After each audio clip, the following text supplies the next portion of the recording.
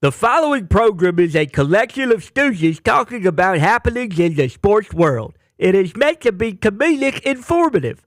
The opinions expressed on this show do not necessarily reflect the beliefs of their peers, their boss, or ESPN. There may be some cuss words because that's how humans in the real world talk. If you are young, please seek permission before watching any further. Hey. What? Let's go. This show stinks, and the fact that you listen, we are very, very thankful for it. McAfee on the line with a gorgeous assist. The all-time leading tackler for the Green Bay Packers. You pink. Damn it! Be a friend, tell a friend something nice could change their life.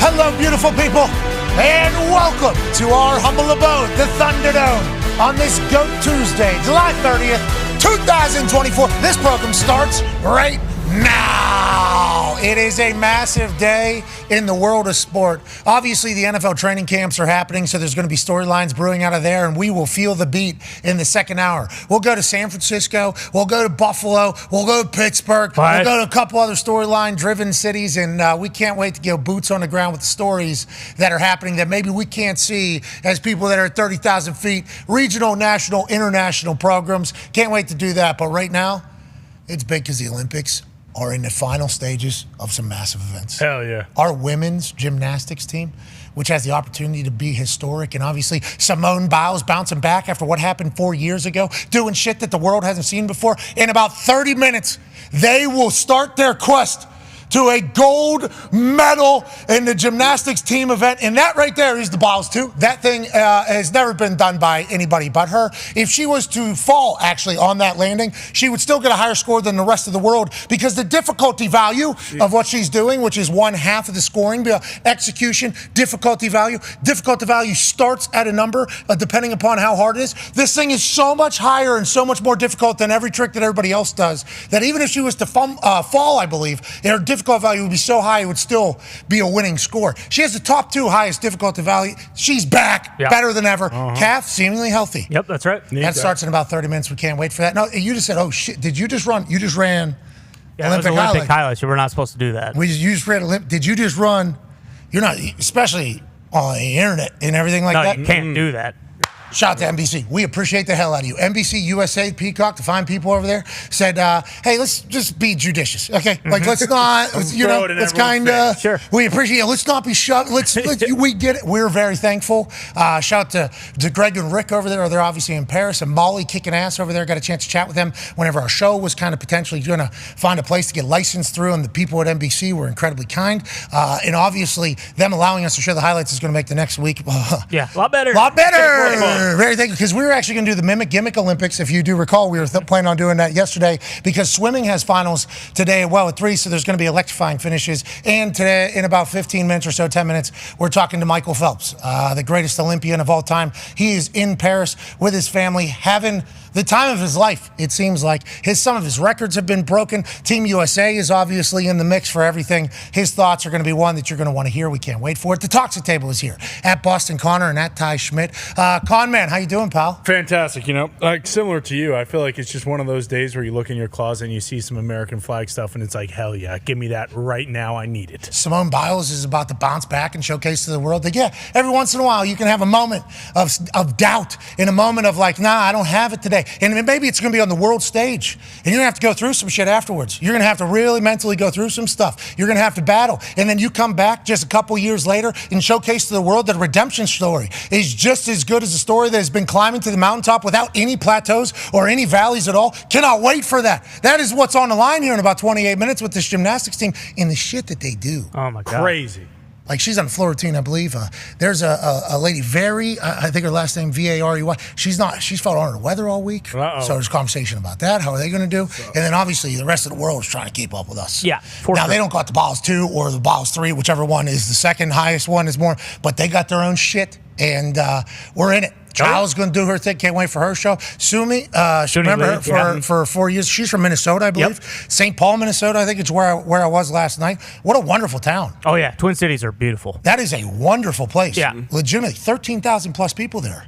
A lot. Airport, 8 minutes away from downtown. Oh, lovely. That's huge. Lovely. It was the greatest. It was absolutely beautiful last night in St. Paul. Obviously, they're going to put on 9-year NFL vet has something happening at midnight tonight that I don't think he or many others could have ever fathomed.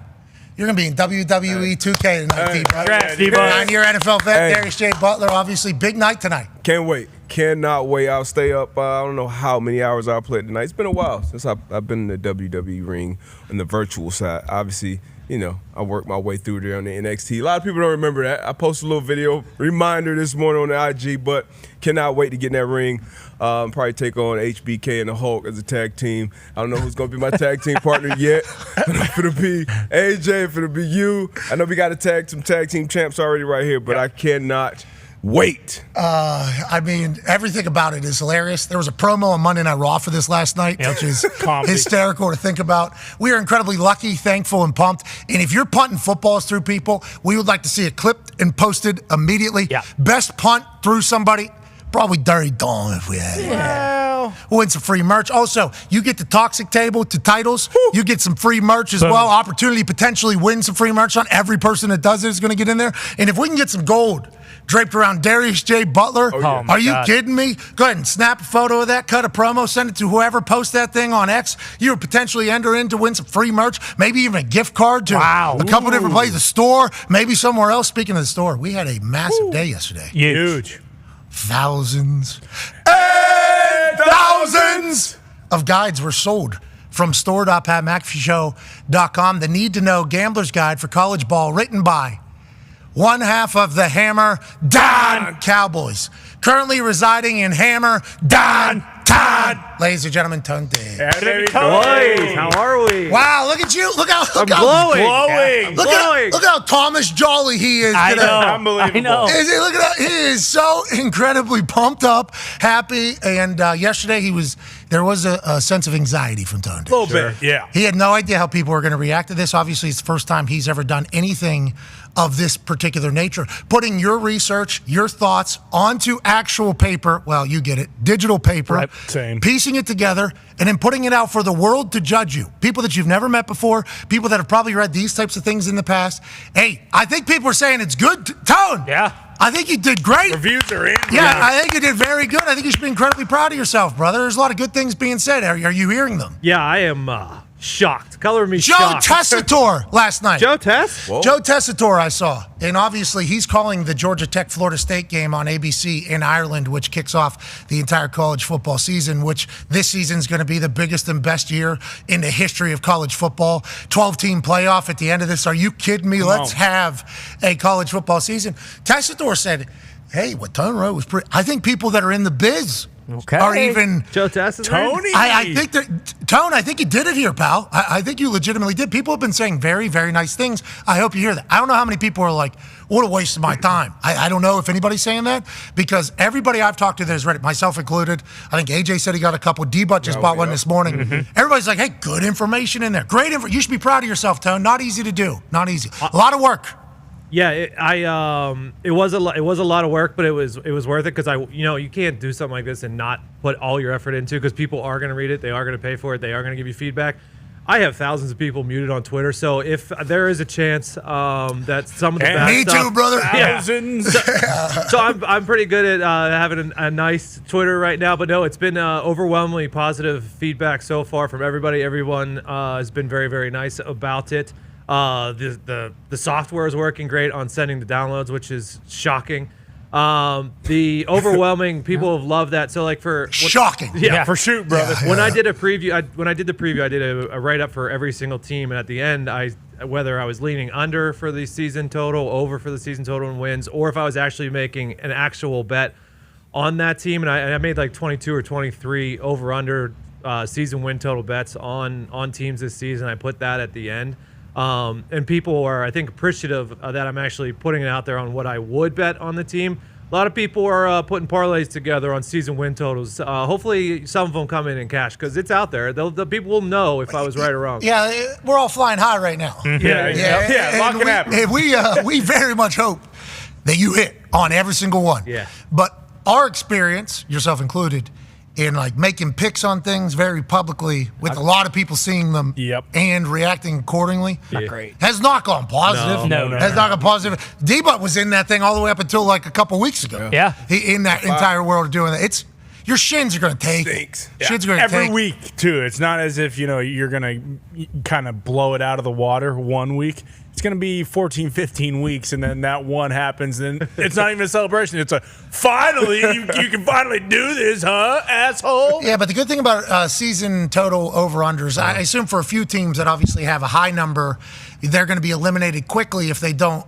If they're not able to get it. But this one, teams should be able to hunt for the long haul. I also saw, I saw Lane Kiffin made an appearance in this. That's right. Ooh. Lane Kiffin at Ole Miss. And I think what Tessitore respected and appreciated from your Need to Know Gamblers guide that he was reading through, he was like, I agree with Tone with what he's saying about Lane Kiffin and Ole Miss, because on the defensive side, Joe Tessitore starts just breaking down the entire Ole Miss roster to me. I'm like, okay, this is test football. Yeah. I'm very excited about this. He goes, they get Texas A&M's best inside D lineman. Mm-hmm. They get Florida's best outside D lineman. So you couple that with Jackson Dart's back, weapons, guy who's maybe potentially, nobody's going to be Judkins, but similar running back coming. Sure. And he's like, this is Lane. If Lane's going to go, this is the year that he could potentially do it. And it's like Lane Kiffin making a run would be fantastic for college football. I mean, it would be, Ole Miss goes bananas already. But if they're on a national title hunt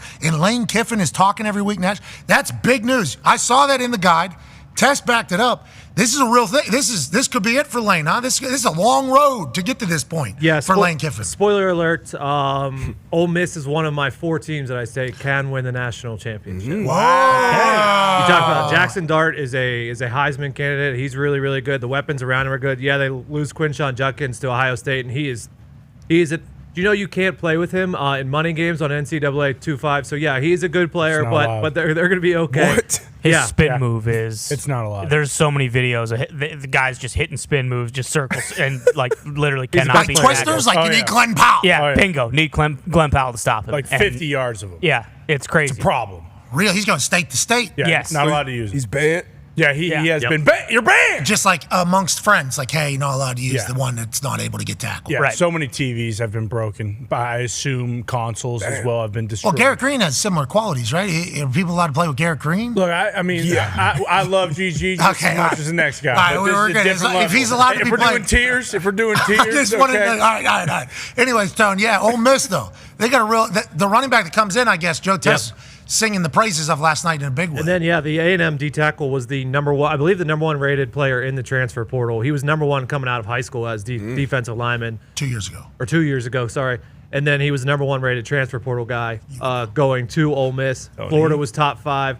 Yeah, they loaded up on wide receivers in transfer portal the last couple years. They are Lane. Obviously, the offense with Lane is always going to be good. The defense coordinator, I believe, last year came in from Bama. If my memory serves me correct.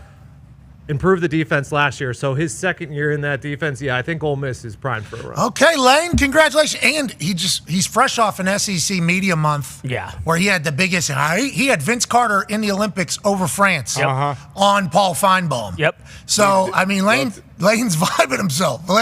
Hey, congrats down there. And Tone, let's keep moving. People need to see this. I think this is good for sports, this particular thing. $4.99, all the money will go to charity. What charity? Tone's going to have to pick it. He's the author of this entire thing. We will announce that, obviously, with how much money and everything like that. But this is cool. We're thankful. We're grateful. And keep kicking ass. Let's pivot to the NFL here before we get Michael Phelps on here. Some storylines coming out of training camp. One of them was a quote from Patrick Mahomes that I saw on the Sports Illustrated Instagram. Sports Illustrated, at one point, was considered to be all AI, all fake, not real humans. That's right. Correct. But Sports Illustrated, I think, did that to move on and kind of turn a page into a new chapter, maybe. Some similar people that have worked at Sports Illustrated are still there. They seem to be just moving. Like, I thought Sports Illustrated's call for demise was grotesquely early. Oh, yeah. They were dead, remember? Yeah. They're not. No more magazines. They are still very good at accumulating info, putting it out quickly. And this quote here from Patrick Mahomes was obviously something that you have to look at and think to yourself, damn, I wish Patrick Mahomes was our quarterback. Not necessarily. I think we do a great job of managing my money to be able to pay me a lot of money and keep a good team around me. It's about having good dialogue, good communication with front office and with ownership. And it's like that is what I think every fan base is hoping that their quarterback will do. Whenever these new deals come up with how big they are and how much of the salary cap is being eaten up by one particular player, every fan base is like, well, you take a little less money, we can get you that left tackle so you don't get hit as much. Maybe you stay a little safer. We can maybe invest in a running back, which will maybe load the box a little bit that opens up our wide receivers that we don't really have the best ones. Could make your life better. We can maybe load up on the defense if we're able to save. Let's say we're able to cost $7 million each year. We can pick up a very good defensive player that can help our team later in the season, maybe get another win. Wins are good for you. Wins are good for everybody. You always thought that conversation would be able to happen. Tom Brady seemingly did this, and he would adjust his contract every single year. Before salary cap gymnastics were a thing, Bill Belichick was doing it up in New England with Tom Brady, where they would give him the total amount of what his yearly contract was as a signing bonus, and everybody was like, Tom Brady's such a good guy. He's taking a pay. No, he's taking all the money right now, as opposed to over a 17-week season back whenever it was 16 games. Patrick Mahomes has done the exact same thing. Long contract. It was good value whenever he signed it. $430 million or something like that, which is obviously an incredible amount of money to play quarterback in the NFL. But with where the contracts are at quarterback, everybody knows Patrick should be pissed. You got a lot of guys that have never won a playoff game making the amount of money that every other quarterback is going to hope and want to have. He's obviously in the middle of leading a dynasty and already being compared to Tom Brady, Peyton Manning, Aaron Rodgers, Joe Montana, Steve, you name it. And he's only 27 years old. So if he wanted to be an asshole about this entire thing, he could go on and say, give me $60 million.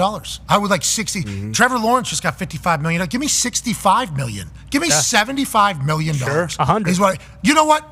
$150 million is what I want. He could do that if he wants to. Instead, he's very understanding of seemingly let's build this team up. Xavier Worthy's a rookie who's just seemingly going to do great for him. And we're in the middle of a dynasty and he understands it. I respect it. I appreciate it. Not everybody's able to do it, going to do it and everything like that. But the fact that Patrick Mahomes does it, and then you watch quarterback and he's like the coolest guy of all time, there's 31 other teams going, fuck, where can we find a Patrick Mahomes? There's not a lot of them. And there won't ever be another one of them.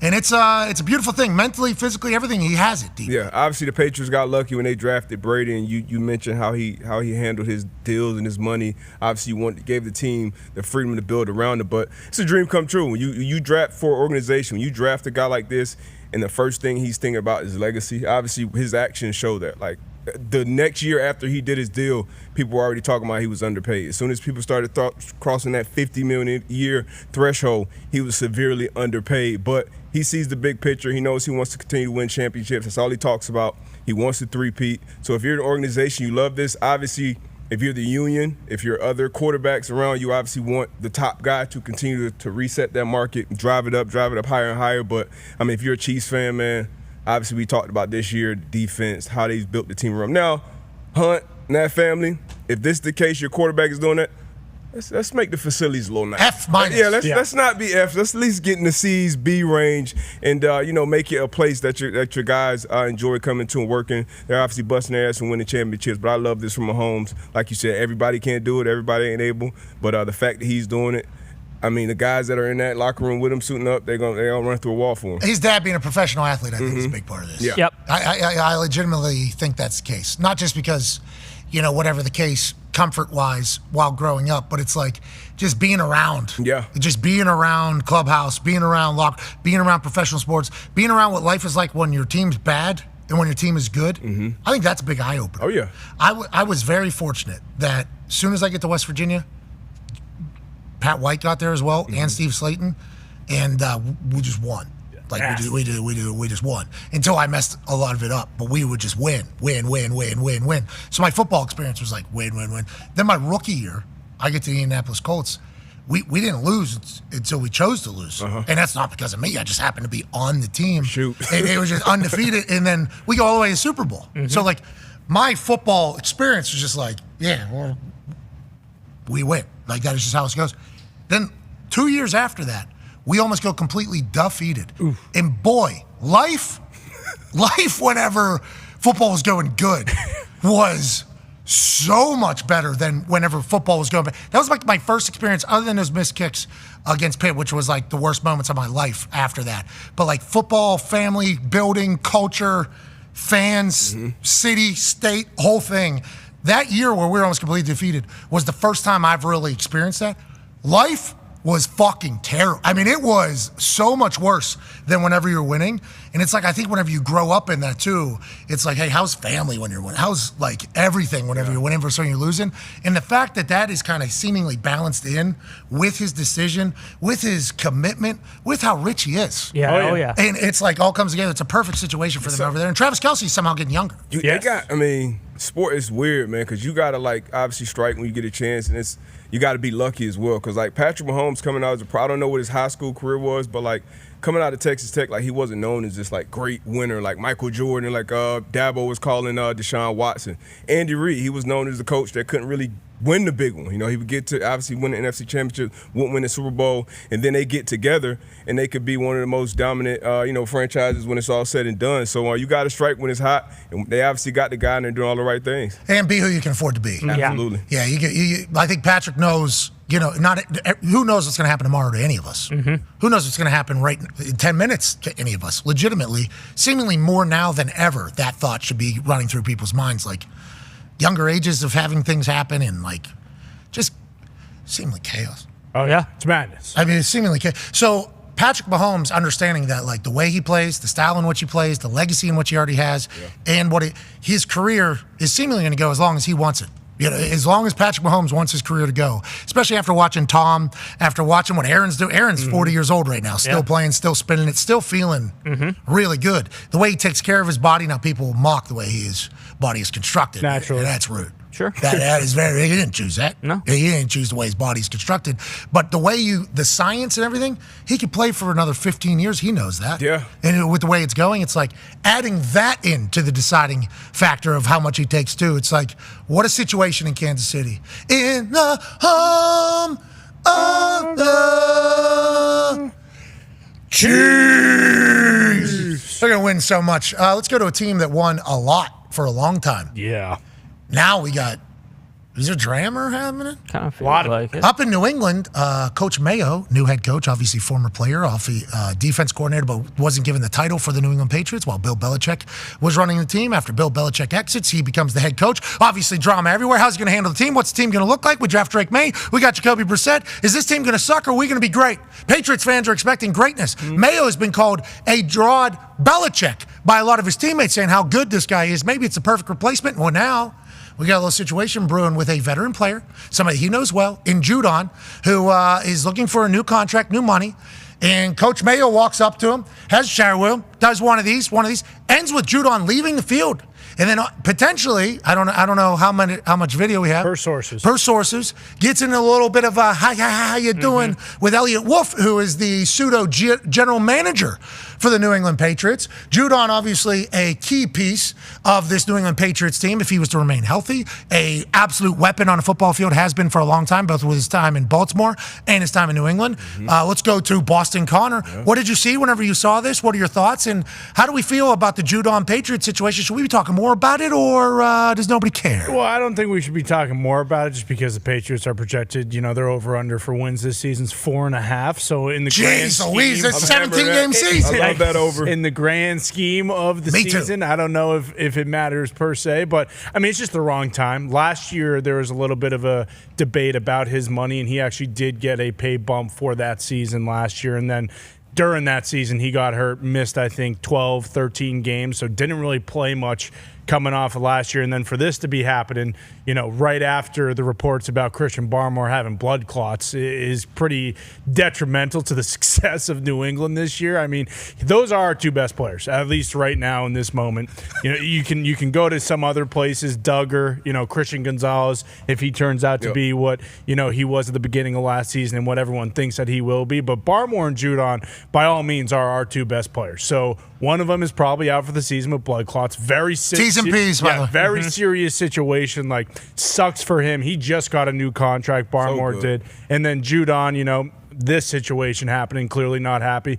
Doesn't feel as though he's going to be playing for the Patriots, to be completely honest with you.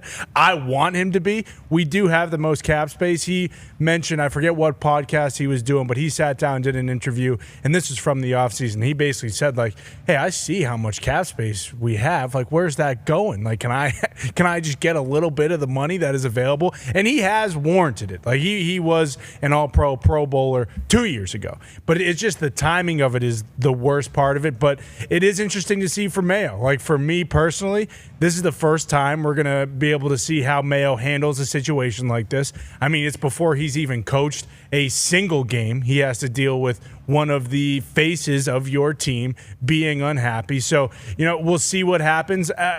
Right now, I am under the assumption that Matthew Judon might get traded. He's coming to play for the Colts. I hope that doesn't get. I hope that doesn't happen. I want him to be in New England. I think a lot of Patriots fans, the majority, would say, give Judon the money. He's worth it. He is one of the leaders of the team. He has played very well while he's been here, and he is part of the new era of the Patriots. It's not like he is an old guard, during the Brady years, like McCourty, who kind of stayed in after Brady left. Like, he's one of the guys that got brought in by Bill to kind of flip the culture, or at least keep the culture, and be one of those new guys who can continue the legacy of the Patriots. Because it's like you said, the Patriots fans do expect winning in general. Now, this year, I don't know if everyone's thinking, hey, the Patriots are going to win 10, 11 games. Drake May is not even the starter yet. Obviously, we've been through this with Mac Jones. He can have one great year, and then everything else can change, because that's how quickly and how difficult it is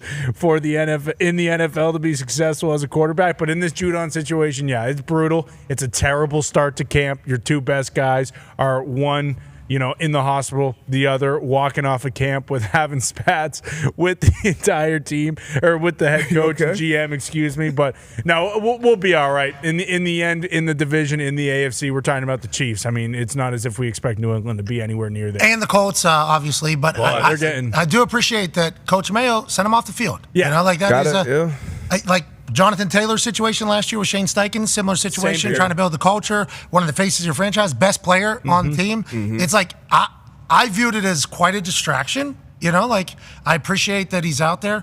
Jonathan Taylor was wearing Colt stuff, so he's like there. The Ayuk situation where he walks on the field wearing with the do-rag, the backpack, and just kind of flailing it out. Like, I think John Lynch sent him off the field as well. Yeah. Like, I think there is like hey, this is training camp. We want you to get mental reps, but also we can't be doing anything distracting. Like, Judon, if he wants to walk off that field and come right to Indianapolis, we would certainly love that. John Lynch, Mayo, former players, and when you're in those, something I love to see from especially people that are in positions of authorities, like a lot of times, especially with front office people, they're afraid to kind of have those uncomfortable conversations, especially with big time players. Never been there. Yeah, never really been there. So Gerard Mayo, I'm sure they have some type of relationship, some type of rapport with Mayo and the voices that he's had on that defensive side of the ball. And then Judon, he's one of your best players. And then on the other side of it, I'm sure Elliott Wolf, he's, I think, about to be 32 soon. So, like, as a pass rusher, obviously you're going to want some big-time money. So as a fan, as a front office, you're like, all right, we're going to put this in the guy that's 32.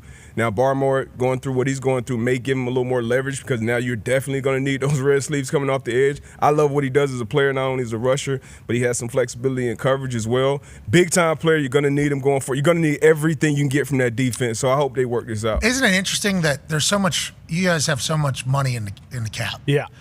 So usually you think, well, free agents. But if you already have your team set, then everybody on the team is like, wait, there's how much extra money now? a lot of it. There's how much extra money? Because you said something there. It's like, hey, Judon is a guy who would deserve it.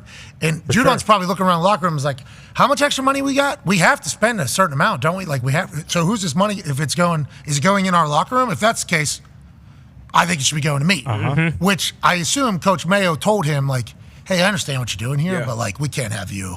Like sitting down on the sideline, you know it's a big deal. At practice, you're either standing up, maybe you're on a knee with a helmet, but if you're just sitting down in the trash can, not dressed out, that's just kind of... As somebody who's been at a lot of practices, just at a lot of practices, hey, let's not be seen or heard, okay? Unless it's a chirp that is needed, So you're on a knee deep corner. You know, you're on a knee-deep corner. If you want to watch something, obviously you're full standing, helmet nowhere near the ground, and you're just kind of out of the way. And I'm not comparing, obviously I'm comparing my situation to Judon right now because I don't have an individual drill to go stand around, which I assume he was probably trying to do. But like the sitting down thing, it just makes it look like you're way too comfortable. Like, hey, you are way too comfortable. Everybody out here is miserable. And it's like, I forget, there was a kicker that came in, camp leg, you know. And camp legs are young kickers that come in, try to get some tape, hopefully impress the special teams coach or any of the coaches that can reach out to another team that's looking for somebody. But everybody knows you're not going to make the team. Even if you have a better camp than the veteran that's there, they're not going to roll the dice on you in a playoff game. Like, this is going to be, you were just here to get reps. So for Vinatieri, obviously, there's a lot of camp legs that came in. Vinny didn't love it when it first started happening. He wanted all the reps. He didn't like anybody else looking like they were the kicker for the team. He was like, I would like to compete with this person. But then it got to a point where like, hey, this is a massive sign of respect actually for your old ass. You know, like this is a good thing. And Vinny was always nice. There's a story about Robbie Gould going through New England, Vinatieri and him working together, Vinny teaching Robbie Gould something, and then obviously Robbie Gould goes on to become one of the greatest kickers of all time. But there was a rookie kicker that came in that was like a camp leg, and this guy just sat down on the bench in the middle of practice or whatever, like on his side. And me and Vinny are just like standing there, and I think Overton's standing there as well. We had our helmets, and we just look at him, and Vinny goes, hey guys, run your heads into each other, don't worry about it. Kicker has never done anything. He's completely comfortable over here. If you guys need an extra spot, there's more room on the bench next to whatever this guy's name was, and just like basically dressed him down. But then the guy stood up, and I was like, oh, I never sat down. I never chose to sit down before. That's why everybody gets pissed off. Is because just how casual you are kind of, while people are running CTE potentially into their heads in 100 degrees. So hot. I never even thought of it because I've like never sat down in practice. I just kind of followed the lead of everybody else.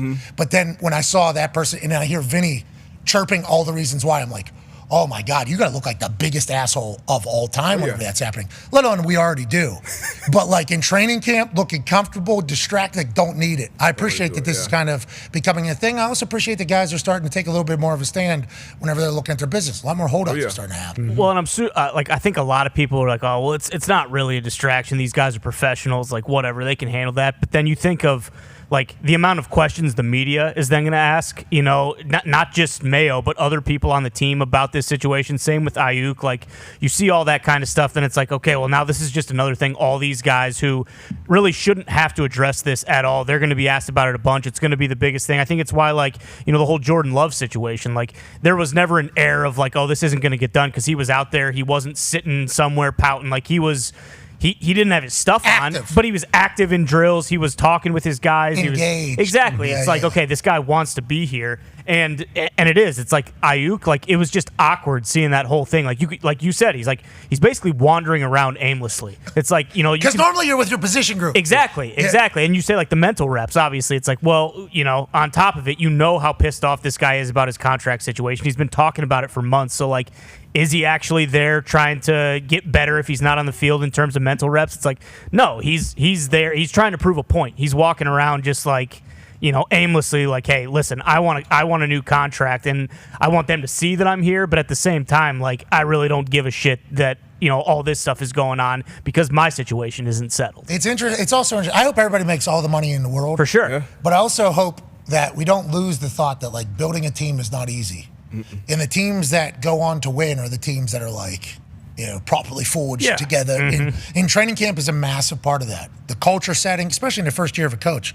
Culture setting, building camaraderie. And I say all that, and then the San Francisco 49ers have had to deal with this numerous years in a row, and it don't matter. Yeah, they just win. They just continue to win. And the Chiefs, the Chiefs have dealt with their fair share of shit. It'll all work out. It'll all work. And just to be fair, like Judon, this is the first, you know, clip that's coming out about this, but he's been open about it. And before they put the pads on this whole entire week, he has been practicing. So it wasn't as if he was doing this the entire time. Like, this was the first day, and we just had this conversation about when the pads come on, you want to be a little more careful. Like, they want to get Jordan Love done before they put the pads on because you don't want to go out there, everybody, you know, going 100 miles an hour, and you don't have your starting quarterback. Like, this was the first time Judon has sat out. He was in there getting all those reps, but clearly now it has come to a point where it's like, hey, if you're not going to be... It'll get sorted. It'll all get sorted. No, it does. One way or the other. Excited for it. Let's pivot away from the NFL and let's go to the Olympics. The greatest of all time joined us earlier today for a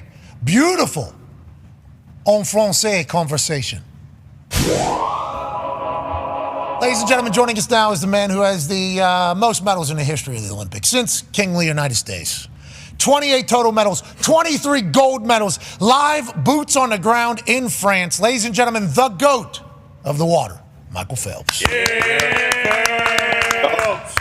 Hey, how are you? Hey, fantastic. Thank you so much for making time. I know you've been incredibly busy enjoying the hell out of the Olympics as a spectator. Is that an accurate depiction of what you've been doing over there? How has it been not competing? Bro, it's absolutely incredible. I mean, watching my teammates, ex-teammates, and future Olympic stars compete for a gold medal it's better than I could ever imagine. Honestly, you know, having Tokyo happen where I was there in the stands and no fans felt so weird. And now you're able to have everybody back here together. I think that's, like, for me, it's what really the Olympics is all about. So being able to have everybody from all over the world come together and to stand on the top of the podium and listen to their national anthem play while they have a gold medal around their neck, there's nothing better. Yeah, we talked a little bit yesterday about that Australia lady on the news down there talking about the United States national anthem obviously playing and how disgusted she gets and yada, yada, yada as you move from one side of a balcony in Paris.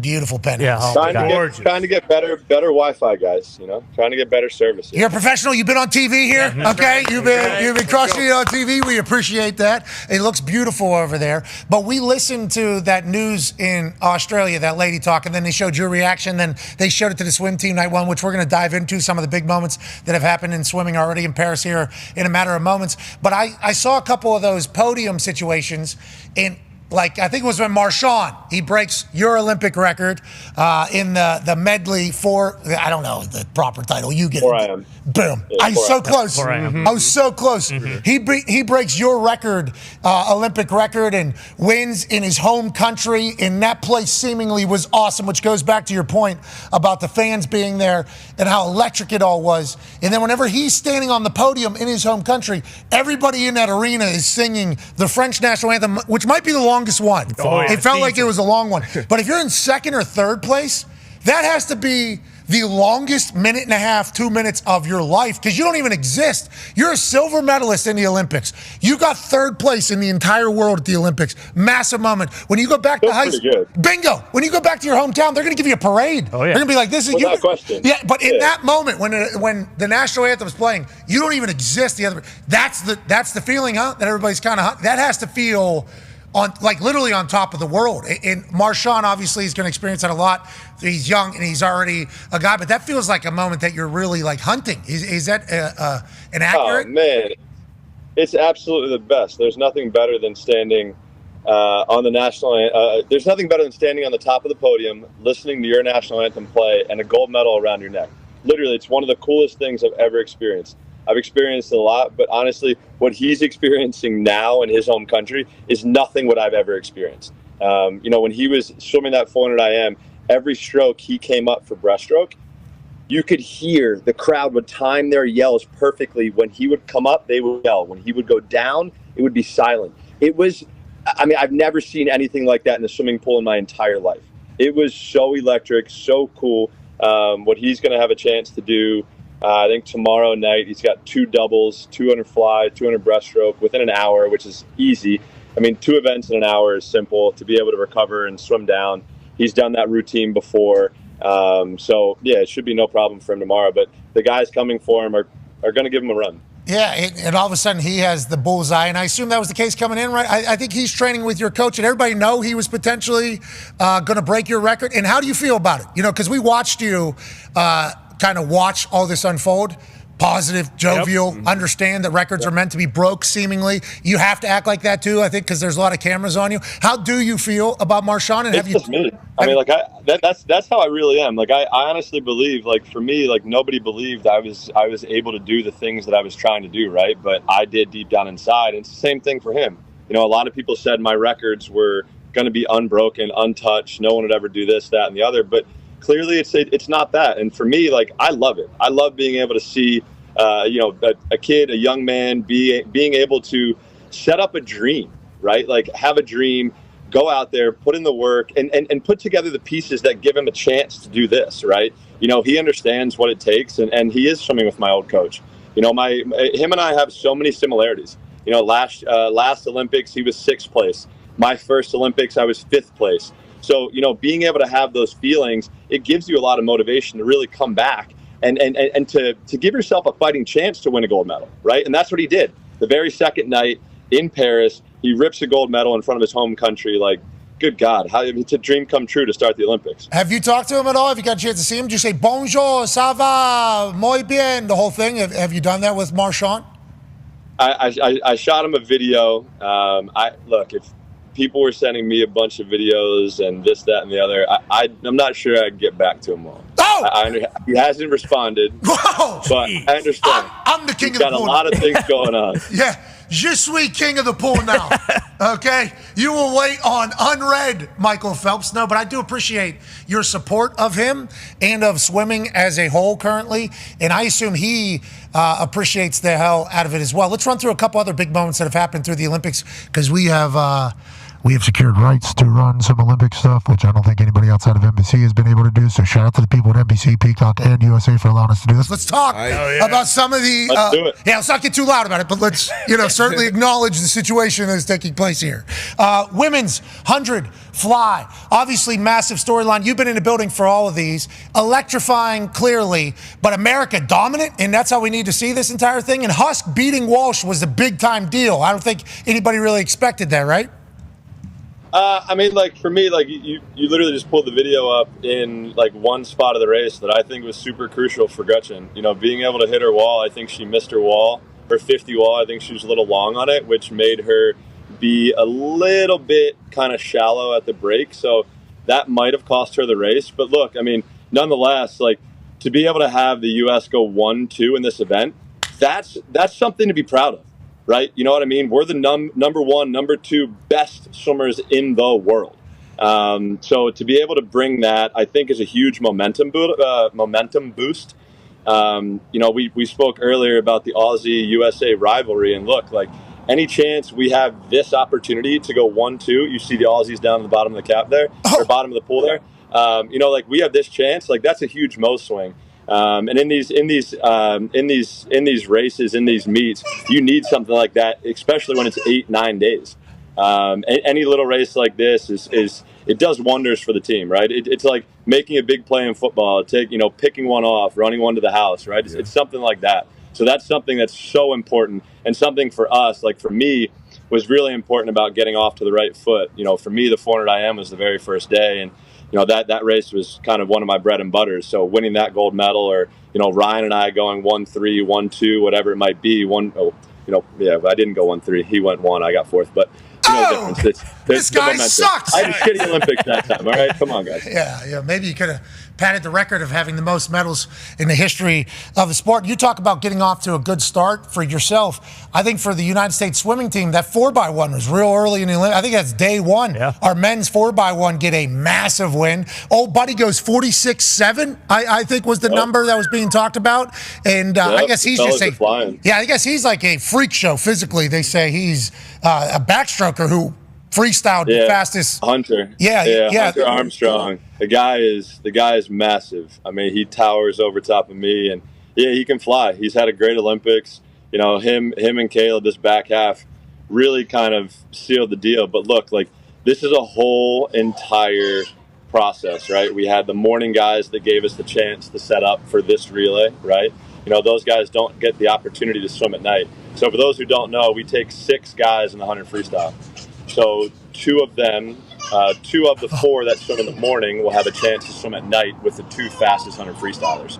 So we were able to get the right team, the right order, and I think that was the important thing. The order is such a crucial part of that relay, and we nailed it right on the head. Australia put Chalmers on the end, who is, I think he holds 5 of the top 10 times in history, and he's probably one of the biggest dogs at the end of a relay you can possibly have. Well, I like the way I dressel, They basically said... Don't get me wrong.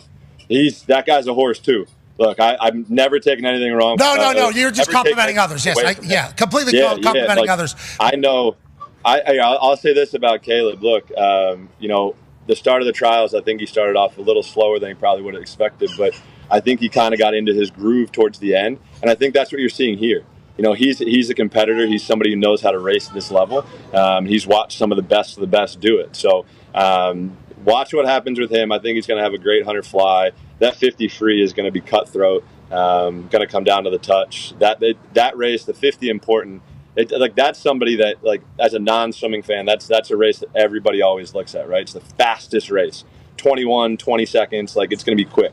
But if you don't have a good start, if you don't have a good finish, you lose the race by 1/10 to 2/10. Oh, heartbreaker. 4 years, got to wait. And it's 1/10 of a second, or it wasn't a reach enough, which is why the Olympics are absurd. And you talked about, starting out a little slower or whatever. There seems to be a strategy to qualifying and then finals, but in backstroke, it almost got us because Murphy, our actual wagon, almost didn't make it. Ty has a question for you, Phelps. Yeah, Michael, I think we are pretty much past that. But in terms of like the strategy during qualifying, I think I heard one of the announcers saying, like, hey, whoever it was, they're just trying to get a feel for the pool right now. They just want to get in there and kind of go. Like, what is the strategy for that? How much does it matter, like, what lane you're in, and how conscious do you have to be of, like, hey, there's no point in burning myself out in qualifying when I just need to be top whatever to actually, get to into the pool when I'm trying to medal? For sure. So there's everything below a 400. So it's 200, hundreds, and 50. So you swim it 3 times: prelims, semifinals, and finals. So for me, the strategy was just basically win your heat. If you're in one of like the last 2 or 3 circle seeded heats, so it's based off of times. Seeding is based off of times, whatever your seed time is. So if you're in one of the last 2 or 3 circle seeded heats, you're able to then see what the rest of the field is doing. So say I'm in the second semifinal heat, which for me was always something very important, right? Because I wanted to see what the first semifinal heat would do, and then that would give me an opportunity to then judge my speed, my control, this, that, and the other through that race. So for me, basically, it was just about winning, right? If I win my heat, it doesn't matter. So you're basically just controlling your physical energy, because it's an 8-day meet, right? So some of these guys are swimming 3, 4, 5 times. Some of these females are swimming 4, 5, 6 times, right? So over that week, you're trying to control that energy. So you're just doing enough just to get in. And I think you look like some of the big teams like Australia, US, China, Japan, Italy, France. We have some of the depth where we're able to play with our speed a little bit more than other countries are. But I think there are certain people that race the prelims harder than the others. So it all depends on like kind of where you're seated, who you have next to you. But yeah, there's definitely a lot of conservation of energy throughout this week, because when it's time to go and it's a final, you want to make sure you're fully rested and fully amped and ready to pop one off. Yeah, you talked about Marshawn having 2 finals within an hour, and like that's no problem. And I remember the story about you; they would like track you pretty much. Yeah. Like, hey, this guy's got. What was the shortest time you had in between finals? 19 minutes. Yeah, and they tracked the entire 19 minutes. I think they even went picture-in-picture at one point, and you put the headphones back on, got wheezy, speaking the gospel, back at it. 100. Yeah, had the whole thing. Yeah, I remember it like it was yesterday, because it was like this guy just had to sell his entire body out in this last race. Swimming sucks, too. Swimming is not fun. It's hard. Like it is it's hard. every muscle in your body. Yep. And then all of a sudden, 19 minutes, you got to go take on an entire pool of swimmers who did not have to do that. They've actually been focusing just on this for their entire lives. Yep. Go do it, Phelps. Go do it, fish. Go do it, fish. But I think in that moment, like for me, like my 19 minutes was 200 fly, and then I had the 4x2 100 freestyle relay.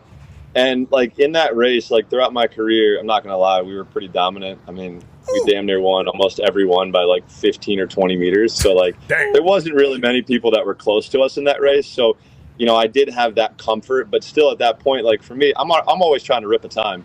There were times where I was trying to lead off, or where I would lead off and I'd try to post like, a world record or American record, try to do something really quick, just try to rip one. Or they put me on the anchor and I just have to hold everybody off. But Team USA has had an amazing history of relays and tradition in relays. So yeah, tonight's 4x2 will be good. It will be a challenge for the U.S. Sorry, I don't know if the women's or the men's 4x2 will be a challenge for the U.S. team, because the Great Britain team has 2 of the top 4 200 freestylers. Yeah, but that doesn't matter once you get in our water. Yeah, whatever. Once you get in our water, it's our water. Great Britain? I didn't even heard of them. I didn't even know these Australias. I thought who we worried about. Mm-hmm. I didn't even know Brits were Praltman and Poole. Me neither. They're not. Oh, Edie. Is that the Edie guy? Zach? Petey. Petey. He's a dog. They talk about this guy as if he's an actual. Okay, so maybe the Brits aren't that bad. So the next big one, I don't want to say the next big one because all of them are big in the swimming world for finals. And today there's a bunch this afternoon, and then obviously re-aired on Paris Prime Time on NBC, which is fantastic to watch and kind of round up everything that's taken place throughout the day in Paris, which the boys are going to ask about. But tonight the 4x2 is the one that is going to be the headliner. Yeah, the 4x2 is going to be a nice one, and then you have the women's 100 back. We got two of the fastest women in the world. One of them is a world record holder. Reagan, I think, looked powerful last night in the semifinals. Her last 50 was unbelievable. I heard her say she's going to go fast, faster, and fastest.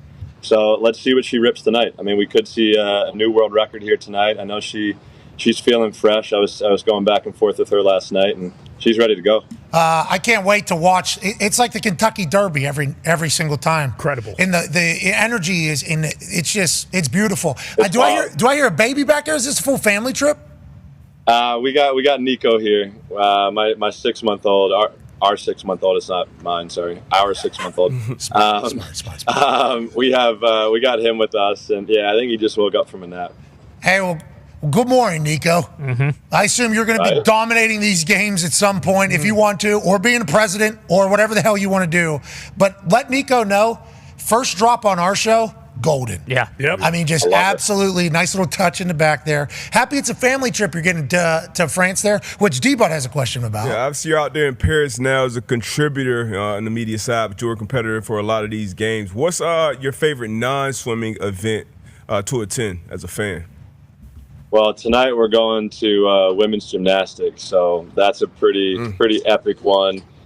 We get to see all the girls go out there, all the women go out there and do their thing, and for me, I think we're going to see women's basketball, men's basketball when they get back into Paris. Dana Taurasi was Beckett's, my 6-year-old soccer coach this year, so nice. We can't wait to go out and support her. She was toying with. Oh yeah. She did the smiling. She did this trick to the Japanese team. Yeah, while laughing in her face. And then Pops is 6'9", and the tallest person that was on Japan was 6'1", I think. Bit of a mismatch. Yeah, China's going to be a problem. A little bit. Yeah, that feels like we got an advantage. For sure. Let's go win this thing. I can't wait to see us just kind of 100%. sweep it. Medal count, we're at the Gold top. medals, baby. We need more gold. Hey, we need more golds. We're dancing right now. We're dancing right now. We need a lot more golds. But we're getting. I mean, speed walking's right around the corner. Bingo. And we got that. We got that on exactly. We got track coming up too. Yeah, track is going to be hyped. Yeah, and swim's gonna. Hey, let's not get crazy. Yeah. But for these Olympic Games and winning, you would be the proper person to ask this question because there's something kind of cooking with the gymnastics. Go ahead. Phelps, you mentioned with the swimming, it's an 8-day meet and there's a lot of events, every single day. And you mentioned the gymnastics. One of the gymnasts, Vary, I believe, she said she woke up and she wasn't feeling very well. And basically you work all that time to just wake up on the day of your event to feel like shit is a pretty tough situation. For swimmers and for gymnasts and all the Olympians, what are the remedies you can do to kind of like make yourself feel better if you do wake up just feeling completely off like you haven't the entire time leading up to that day? Yeah, for sure. I mean, like for me, I was very fortunate to where I never had that. I never had any sickness, I never had any injuries, I never had anything. And I think we've all been through so many different situations as athletes, right? Whether it's in the field of play or off the field of play. So I think in that moment, it's like we know our bodies better than any other people on the planet do, right? And we're surrounded by some of the best doctors. I can speak to the USA swimming staff. For me, I was always with my trainer. Like my trainer was a national team trainer, and if I ever had an issue, he was always there. He was somebody that the whole team trusted. So we were super fortunate to have that. But I think it's just it's probably situational dependent, right? I think Petey just came out the other day and said he has COVID, right? So it's like that means his Olympics is basically over. So it's So I mean, just imagine all these people from all over the world coming together. You have no idea what's going to happen, right? So it's just trying to figure out what you can control. All right, Phelps. Well, enjoy the hell out of it over there with the family. I hope you're getting the love and recognition, from all the Olympic fans for all the decades of commitment you put into your sport so we could enjoy the hell out of every 4 years whenever you would hit the water and just be obnoxious about how much better we were than everybody. And that next class is going to take it to the next step, right? That's what we're thinking? Next class? 100%. 100%. Oh, yeah, you're the I mean, as Khaled said, all I do is win. That's what I did, baby. All I did was win. I'm happy. I'm happy you are at that point because you legitimately did. Yeah. And I assume there was time. Now I can say it. Yeah, but I assume never said it during my career, but I'll say it now. Yes, I did. I worked my ass off, and now I won. Whatever. What about it? Boom! More than anybody in the history, ladies and gentlemen, Michael Phelps. Thank you. See you, Nico. Happy Nico and Michael could stop by earlier. Obviously, I appreciate that he's at the point now where it's like, yeah, they're showing me a lot of races I was in. I won them all. Mm-hmm. It's awesome. He's reliving it all, I assume, too. Oh, yeah. Think about all the people that have worked at the Olympics or worked for NBC for production with the Olympics for how long they have, covering him since he's a teenager all the way through now with his family. Baby Nico's over there. The amount of, good to see you, good to see you. The people that were filming him in his warm-ups, the people that were tracking him, those people, behind the scenes that have been associated with the Olympics for however long they have been, he's catching up with all of them right now. That has to be, really cool moments for him every single time he has that, which is probably happening every few minutes as he's in France. We talked to him before we talked to him on the show to see if we could have a conversation with him, and obviously the gymnastics are happening right now, so he is in the arena. We weren't able to do it live with him, but his wife's over there, baby's over there. They're having a fantastic time. I'm happy he's getting a victory. It feels like he's potentially getting a victory lap because that dude committed 7 days a week for how many years did he tell us a couple weeks ago? 14, 15 or something. 7 days a week to swimming for his entirety of his life. They talk about there's child stars where child stars are forced into limelight. Your life is much different now. Boom, boom, boom, boom, boom. It's Phelps has been working his ass off at a full-time job, more full-time than any job is allowed to be. 7 days a week since he's so life and everything is a little bit different through the eyes of goggles for most of them, and he has somehow maintained a level of, even though he's commenting about how successful he is, being a human still, and it's we're very appreciative. I just cold call FaceTime him, he just answers every time. So cool. It's a cool thing, and I think he's giving speeches to people and opening up about his mindset on stuff and things he's been through. What a weapon. Michael Phelps is a weapon. Glad he's getting his flowers, and he's obviously still young, but he's old when it comes to Olympics and that. But getting his flowers, we don't see him a ton, but every 4 years, obviously, you're gonna see him a bunch, and he's gonna kind of when you see that 75 team, top 75 team in the NBA, and when Michael Jordan walks in, it's it's a different aura. That's kind of how it is with Phelps. He was just on the top of the list that we gave a bunch of shit about. The list was created to have a bunch of. We learned a little bit more about it. It was literally created to start conversation. To start conversation. It's okay, got the job done.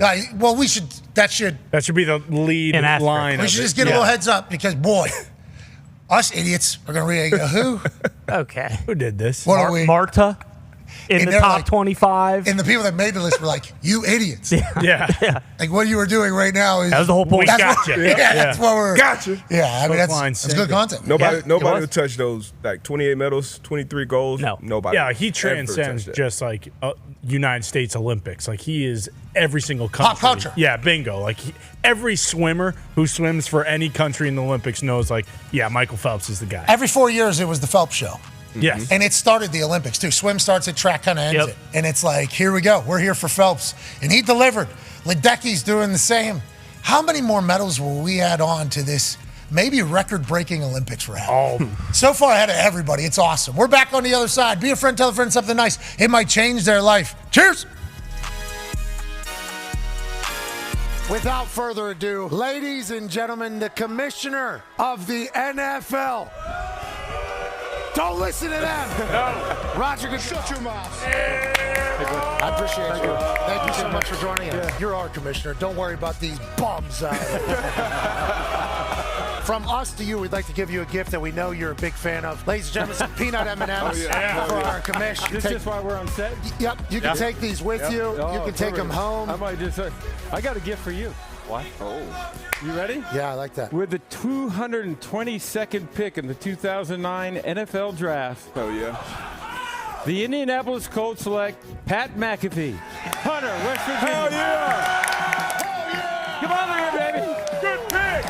Good pick. I'll pick him up. Thank you, Raj. I'm not going to pick you up because you got that That's back. all right. Yeah. I got it. There's your card, baby. That's real. That's awesome. I've been keeping that for, 15 years? You had it in your back pocket this whole time. This is cool. Thank you for this. So whenever we say that you have to answer to 31 billionaires, how accurate is that? 32. Well, you're not counting Green Bay? Yeah. Okay. Because Doesn't count. Big Pop. There's a Green Bay Packers. I didn't know he did. Yeah, no, that was. I don't actually think that way. I actually think I answer to them. I think I answer to the media partners. I think I answer the players. I think I answer the owners too. The idea for me is to try to keep everyone happy. I always say that my biggest job is not to piss off more than 24 owners in a given day. How did you know the draft would be awesome if you traveled it, and did you see this happening? I'd be kidding you if I thought it was going to be as big as it is. We felt like we could be bigger than we were in Radio City. But what happened is Radio City actually put a holiday show in and said, you can't have the draft until June.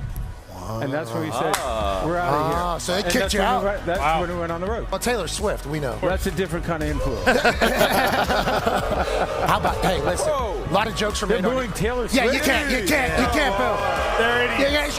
Yeah, you're going to be a part of an album. Wow. Do it. Get a little louder. She is going to cook you. A lot of the internet was saying Roger Goodell was sitting at home through the moon about this. Well, they thought it was part of the script. Yes, then he went talk to her. There it is. No, Is there a thought of adding another one, maybe adding another bye week, or are we good at 17 right now? Well, I think we're good at 17 now, but listen, we're looking at how we continue. I'm not a fan of the preseason. I don't think we need preseason. Waste of time, right, and energy. I don't buy it, and I don't think these guys like it either. Well, they have to spend full price for the tickets for those games. No, they're actually discounted now. So Thank you for doing that. I'd rather replace a preseason game with a regular season any day. That's just picking quality, right? If we got to 18-2, that's not an unreasonable thing. The other thing it does, which I thought you were going to, is that ends up on President's Day weekend, which is a 3-day weekend, which makes the Sunday night, and then you have Monday off. So that's wow. Now we're cooking. See, now. The following program is a collection of stooges talking about happenings in the sports world. It is meant to be comedic informative. The opinions expressed on this show do not necessarily reflect the beliefs of their peers, their boss, or ESPN. There may be some cuss words because that's how humans in the real world talk. If you are young, please seek permission before watching any further. Hey, Why? let's go. This show stinks, and the fact that you listen, we are very, very thankful for. McAfee on the line with a gorgeous assist. The all-time leading tackler for the Green Bay Packers. You pink. Damn it! Your friend tell a friend something nice could change their life.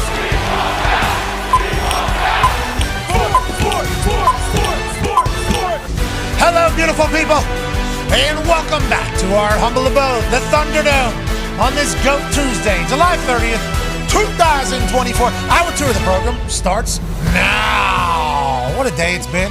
Obviously, right now, the Olympics are taking place. The women's gymnastics are competing. There's basketball happening. I believe there was a sniper shooting guns yesterday and the pistol that we'll have. It's a beautiful time to be a sports fan because the NFL training camps are off and running. There's international happenings happening, and we are enjoying every single moment of it. We'll also be live in WWE 2K starting tomorrow with an entire pack that includes myself, the Toxic Table at Boston Connor and at Ty Schmidt, 9-year NFL vet Darius J. Butler, and a man who's joining us live from an attic in Ohio, a man who's a college football national champion, a Super Bowl champion, a Ryder Cup winner, a man who is a Hall of Famer in every single place that he's basically played football. In high school, he once had 77 tackles. One game. In one game. Solo. While rushing for 250 yards in 3 tuds and had 2 punts that averaged 57 yards per. And there's people saying this guy doesn't deserve to be in WWE 2K. Interesting. He, alongside Darius J. Butler and myself, were a part of a very pivotal point of NXT. Ladies and gentlemen, AJ Hawk. Yeah, Hawker. That's right, AJ. You're right. Hey, D-Butt posted that clip of you, all of us getting out of that car back in the day at NXT. That was a great little run I think you had through there, man. It was fun. Do you remember how cool we felt getting out of that car? Oh, yeah. Oh, yeah. Hey, listen, when we show up, we want cameras, we said. Not too many. Not just one shot. We're Make it look organic. It needs to look organic, like we didn't set this up. It's gonna. What do you mean? Look organic. We just showed up at the venue. It's just like when they watch basketball players walk in. Bingo. Thank you. That's exactly what we were saying, and that's kind of how it went there for a while. People forget that you guys were a part of an NXT run that would eventually lead to a main event. A main event. Yeah, that's right. Yeah. Of a pay-per-view. Couple of them. War Games. Now, obviously, that wasn't the direct run. That was from the previous one that led to the. Sure. But nonetheless, it was an honor to be considered an NXT legend. That's what Michael Cole called me last night. And I was talking to Bobby Roode also. He's also an NXT legend. And if you look on the roster of Monday Night Raw, there's a lot of other NXT legends there. Amen. It's an honor to go through NXT, and then if you get up there, just like Darius, just like AJ, you maybe end up in WWE. You never know. That's the truth.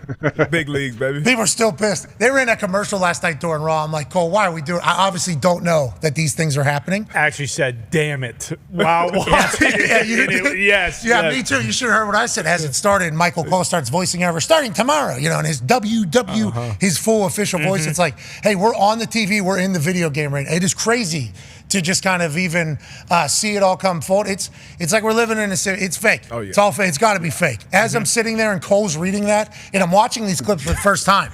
I'm watching these clips for the first time live on the show. I'm like, are you kidding me? And then that's the first time I saw Connor in that pose. I remember that one specifically too, because when we were doing it, they were like, "Oh yeah, make it seem like you're fighting," and then I started laughing, and then of course that's the one they use. And Debo looks so cool, so cool. Yeah. AJ looks very stern but fair. Stern but fair. Stern but fair. And his entrance whenever he gets his little legs moving, and he starts running down there. Yeah, you got to think about that face he's making right there the whole time while he's running those ropes. That's what he looks like on the other side. And then Ty may or may not have had just a few whiskeys before this entire process, because I don't think you fully understood what all was going to take place. I definitely did not. And it was, if you remember, I think we dealt with a little weather, so we were in the air a little longer than we anticipated.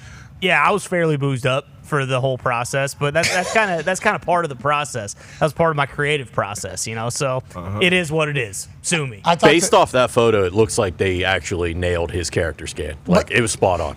Everything that these guys said, and obviously because we had the weather, I had to go first and get out of there to go do show, because show is happening at that time while you guys are doing this on the back. We get after the show, and I'm like, how'd it go, boys? And you guys all just started unloading stories. And I started hearing how it was going. I'm like, man, this sounded like a great time. It sounded like you guys were doing creative superstars. Because Ty was asked, hey, all right, so your character, and Ty goes, all right, you got to figure it out. 6'3", 240. And it's like, you're just creating a superstar pretty much. The whole point. What a time. Yeah. You guys are going to be dogs, too. Oh, yeah. Because I think all the moves that you guys said you wanted, everything you guys wanted in there is in there somehow. Shout out to the builders. Yeah, shout out to them. What a team. 2K crushed it. 2K, so incredibly kind. I know all the NXT fans are mad. And once again, as an NXT legend, myself, AJ, and Darius J. Thank you. No problem. Nicky Skates. Bingo. Yep. Yeah, Frankie back there. As we do understand why you were upset. Sure. Okay, we certainly do. But getting the opportunity to do this is so cool. And the entire process. How could we not? What are we supposed to say no? Well, now we will. What are we doing? Going forward, Yeah, next for sure. time. Next time. All good. Thanks. Did this. Appreciate it. D-Butt sat down yesterday and he said, these wrestling fans are committed. And we're like, what do you mean? And every single post is just boom, boom, boom, boom, boom, boom, boom, with wrestling fans calling these guys bumps. Now, me too. I'm also getting thrown in there. They're loyal. They're loyal to the product. I get it. Which we respect. We do appreciate. We do. But also on the same side, Ty did chirp. Ty did. I did, because I was getting chirped. I'm going to stand up for myself, okay? Have to. It's as simple as that. It's not the wrestling business, Am I just going to let people fucking kick me in the gut and the shins nonstop for weeks on end? No. I'm not going to do that, okay? So, yeah, I fired back. And wait until these these people are so mad. Wait till they see you guys in the game. You're 99s across the board. I know the rating says differently. Yeah, unfortunately, I worry about that a little bit. What are you talking about? I mean, I'm pretty sure a 80-year-old, to quote AJ, his favorite wrestler, Bob Backlund, could probably take us down in the ring at our current overall rankings. We'll see what happens once we get in. Yeah, but we can just pay you to get to 99, right? Well, I don't know. Can we do that? How do we do that? I think like pay to upgrade. Is it like you buy it in game? Can we do that? Not a gamer. You and me both. So we don't fully understand. I know it's very cool to be in there. I will watch and obviously partake. But I just thought I just what amount of money gets me a 99? Hey, juice me up. Yeah, juice me up. Yeah, How do we do let's it? go ahead and get me a little better. That's not possible. That's not how it works. I don't think so. I hope. What? I don't think that's possible. What do you mean? We got to take the difficulty down because that brings everybody's. What's the difficulty level? Well, we're going to play on WWE Hall of Famer or whatever Obviously. the toughest level is, obviously. But, yeah, I mean, like I said. What are the levels? I don't know. To be honest, I don't know. I've played this a fair amount, but I'm not like these people who, I mean, I'm not living and dying on this game. Which is a shame. It is a shame. Because we appreciate the fact that those people are living and dying on this game. For sure. But once we get introduced, we're going to be winning on that game. A lot. Yeah, Okay. of course. And we need to juice those numbers. Those are rookie Bush League numbers. We need to boost. We got to pay our dues. We got to work our way up. We just got to pay our dues for a little bit. That's right. We'll start where? I don't know. NXT.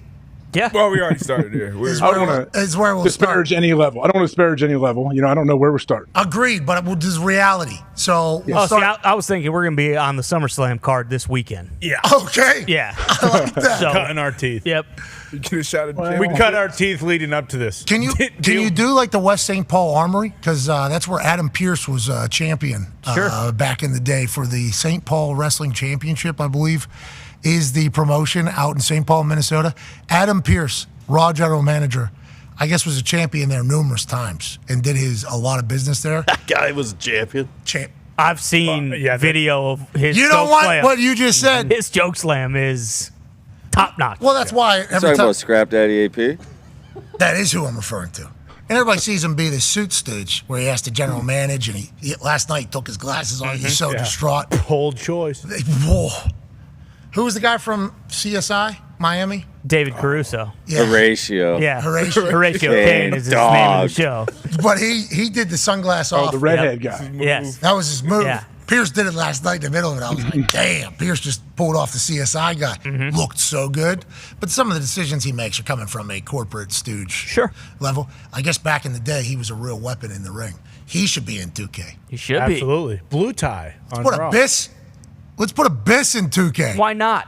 Let's put Bobby. Is Bobby Roode? I assume Bobby Roode. I believe he is. He needs to be glorious. Yeah, he is. There's a lot of things happening around the sports world as we speak, AJ. Literal Olympic Games and medals being decided right in front of some people's eyes. To give us a live update on everything happening, let's go to Hammer Dahn with noted author Tone Diggs. Tone, what's going on?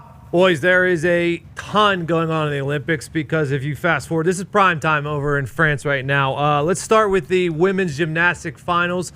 Team USA is going right now. They are in rotation 2. They started on the vault where Childs and Biles. Boy, does that combination just dominated on the vault. They went through. They were in first after rotation 1. On to rotation 2, they were on the bars. That was Childs, Biles, and Suni Lee. They dominated on that as well. I just looked. They're up by 2 points. Going into rotation 3, I believe. I'm not sure if 2 points is a lot or not. Ton. That's what I figured. I figured it was a ton.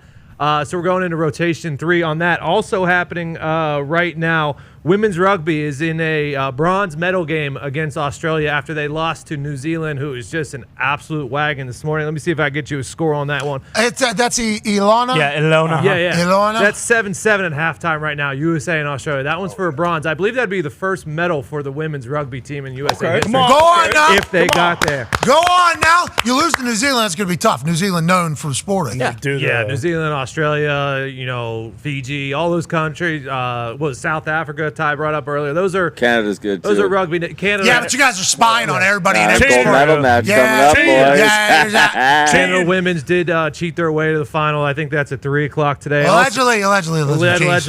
USA men's soccer just kicked off against Guinea. So we'll see what's going on Guinea's there. got a squad this year, huh? I don't know if it's Papua or South. I believe it's or Papua New Guinea, yes. No, it's just listed as Guinea now. I don't know if they dropped the pow or. So what is this? What is those Guineas can play? Where's it Connor? at? Where's it? Connor, you can't say that. Why? That's the name. That's the name of their country. That's not. It's like saying the Americans I believe can play. I believe Suspend him. Why? I believe it's New Guineans potentially. Not what you said, Pat. You can't laugh at it either. You just Okay? said the I'm name 0.01%. I'm 0.01% Italian. Whoa, I was not saying Yeah, it you like were. that. Yes, you No, I were. wasn't. Jeez Louise. Jeez. Anyway, Yeah, let's just move on from that. USA men's soccer just kicked off. 2 p.m. Buttinger and Evans goes against the Dutch. That's sand volleyball. And 2:30 we got swimming medals going. Unbelievable. I don't like what just Lord. happened. Yeah, I didn't know that's what that Sand volleyball, the same as beach volleyball. Yeah, that's very similar. Very into similar to that. beach volleyball. They're not actually on a beach. They're under the Eiffel Tower. Papua New Guinea. Papua New Guinea. As soon as you said it, you should see this guy light up. I figured. This guy. Look, I'm just talking Potato-headed about fuck. what you're. Whoa. Now, if the name of the country was Potato Head, then yeah, I'd say those Potato Heads can play. Oh, my I wasn't God. saying it in a derogatory fashion. Of course not. Of course not. Oh, one last update. Sure. I completely forgot. I don't know how the Japanese are two officials, but so France and Japan are playing in men's basketball, okay? Japan's up 84-80 with 15 seconds left. 4-point play against Japan to make it 84-84, and boy, was it a ticky-tack foul. Yeah. Yeah, that's what they're saying. We actually have it pulled up here. Rig. 84-80. France is down 3. Splash. Foul. Wow. Well, to call that fourth quarter, obviously it's got to be a pretty devastating foul. Do they have the replay? I don't think on this particular tweet that we are ripping the video from has it, but they're saying it wasn't a foul, and then obviously France is a home team. Yeah, and Rui Hachimura, I believe he was the leading scorer. He had 24 points for Japan. He got tossed on one of the most Mickey Mouse flagrant fouls calls of all time. You don't say. Yeah, and so There's now a little home cooking going on in the Olympics. France is about to win in overtime. They're up 94-90 with 6 seconds Of left. course. Isn't that convenient? Such bullshit. First to send. Now, Japanese culture, they are very respectful, so I assume they will not come after the refs, but we would. Yeah. Yeah, we certainly would. And we will, maybe. Maybe we will. Because Maybe we should. Maybe we should, because if they're going to do that to Japan, they'll do it to us. Yeah, I thought FIBA was more physical. Yeah, I saw Kevin Durant getting into it a little bit with some what do you like about it? And all that, I think all anybody wanted to say was like, it's more physical, there's more of that. And then Kevin Durant just went through like, I've seen a lot of international flopping happen, and let's not get crazy. They bait the refs, they set up the refs. Like Kevin Durant was going to bat for the NBA rules. The thing from FIBA I think we should all kind of look at, especially if you're a Kevin Durant fan, we need their three-point line. I think that is maybe, he can go righty-lefty, maybe even head that thing in from there every single time. A little short, I think it affected Steph, because I think Steph is a muscle memory from the spots, like the spots. So I think the new line may be a little bit different. And then he found it. Obviously, he's going to find it. But like for Kevin Durant, that just seemed like his warm up. It's a mid-range, midi. Yeah, it's like a laser beam. Yeah, but like perfect. It was just like so easy, and that's where 3 now all of a sudden. Oh yeah. It's like let's get this guy the ball. Here we go. Let's go ahead and feed this guy. They're going to do that. Ton, thank you for the update. What about the triathlon? Nothing there, huh? Okay, we'll break the news. Actually, no, we'll break the news, Tone. Yeah, correction. Big news to the corrector. Yep. What were you going to say, Tone? Is there an update? I'm hearing so the weather is supposed to be bad the next few days as far as rain. That's not good for the river because all the poop that they put on the sidewalks is now washing back into the river. It may just be a duathlon now. Can't have a duathlon. They're swimming somewhere else, right? Are they swimming somewhere else? They're doing the swimming, or sorry, the surfing. I think is like 10,000 miles away on like the best waves you could possibly find. So maybe they can move that. That guy was That sweet. was That was awesome. Coolest photo I've ever seen. Bruce did say, though, that when setting up the surfing competition, they somehow damaged the coral reef to set up the. Tahiti? Yeah, they apparently there was like an official station that they had to. They somehow managed to damage the coral reef quite a bit, and they're saying, hey, this could have widespread effects for kind of the habitat as a whole over there for years and years, maybe even millennia to come. So while the holy hell, while the surfing competition is definitely neat. I'm not the severity is obviously. I'm not laughing at that. What I'm laughing at is this is my first time hearing this news, and you go from months to years to Millennia. Well, the coral reef predates the dinosaurs. That's the oldest living microorganism on this planet. Brother, the coral reef is very alive and very important. Exactly. I very much understand it. You would think you'd be dancing around a coral reef at all costs if you're in Tahiti. They're probably telling you, hey, coral reef out there. A lot of people, that's what we're... That's where Maui's from. Exactly. Maui loves the coral reef. Great movie. There's a second one coming out. Yep. Yeah. And live action. And it's it's going to be awesome. Yeah. How about him just, you're welcome. I know. You know? Bars. Talent. Well, all right. Thank you, Tone. Thank you, buddy. That boy, Tom. The Sen has too much poop in it. They can't swim. Who's been talking about this in sports journalism for weeks and weeks and weeks? Who's been asking Poop River questions to everybody that's going to Paris? This show. Yep. Thank you. Now it's a story, huh? Okay. You guys don't even know. There was a local person, council person, lady that hopped in that water like a week ago or 2 weeks ago, drank the water, got out.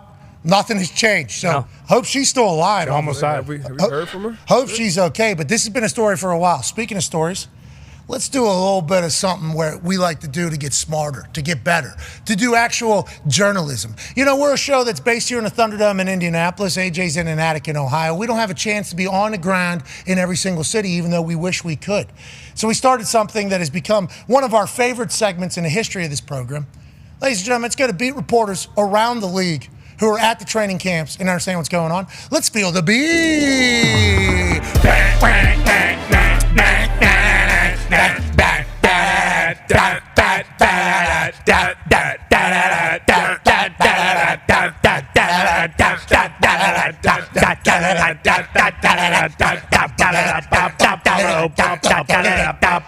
AJ couldn't feel the beat. We got to do that again? You couldn't feel it?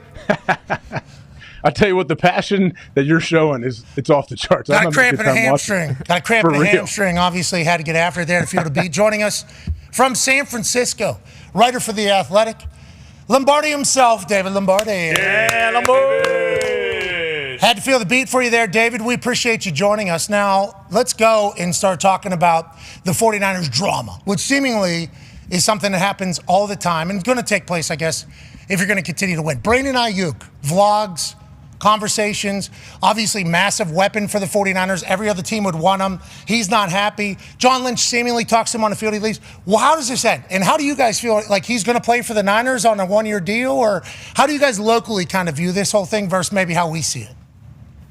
Well, he's under contract for this 2024 season. So just through that, the 49ers have the leverage in this situation. I think that they have a take it or leave it deal out for Brandon Ayuk, and they're saying, hey, if you want to get paid a year early, because they've got a really crowded salary cap situation, everybody knows this, they have to pay, in all likelihood, Brock Purdy next season. So, and also Trent Williams right now is holding out, so he wants a little bit more money, probably a little bit more guaranteed money on his deal. So they look at this as one big game of financial Tetris, and they have to be able to fit all the pieces.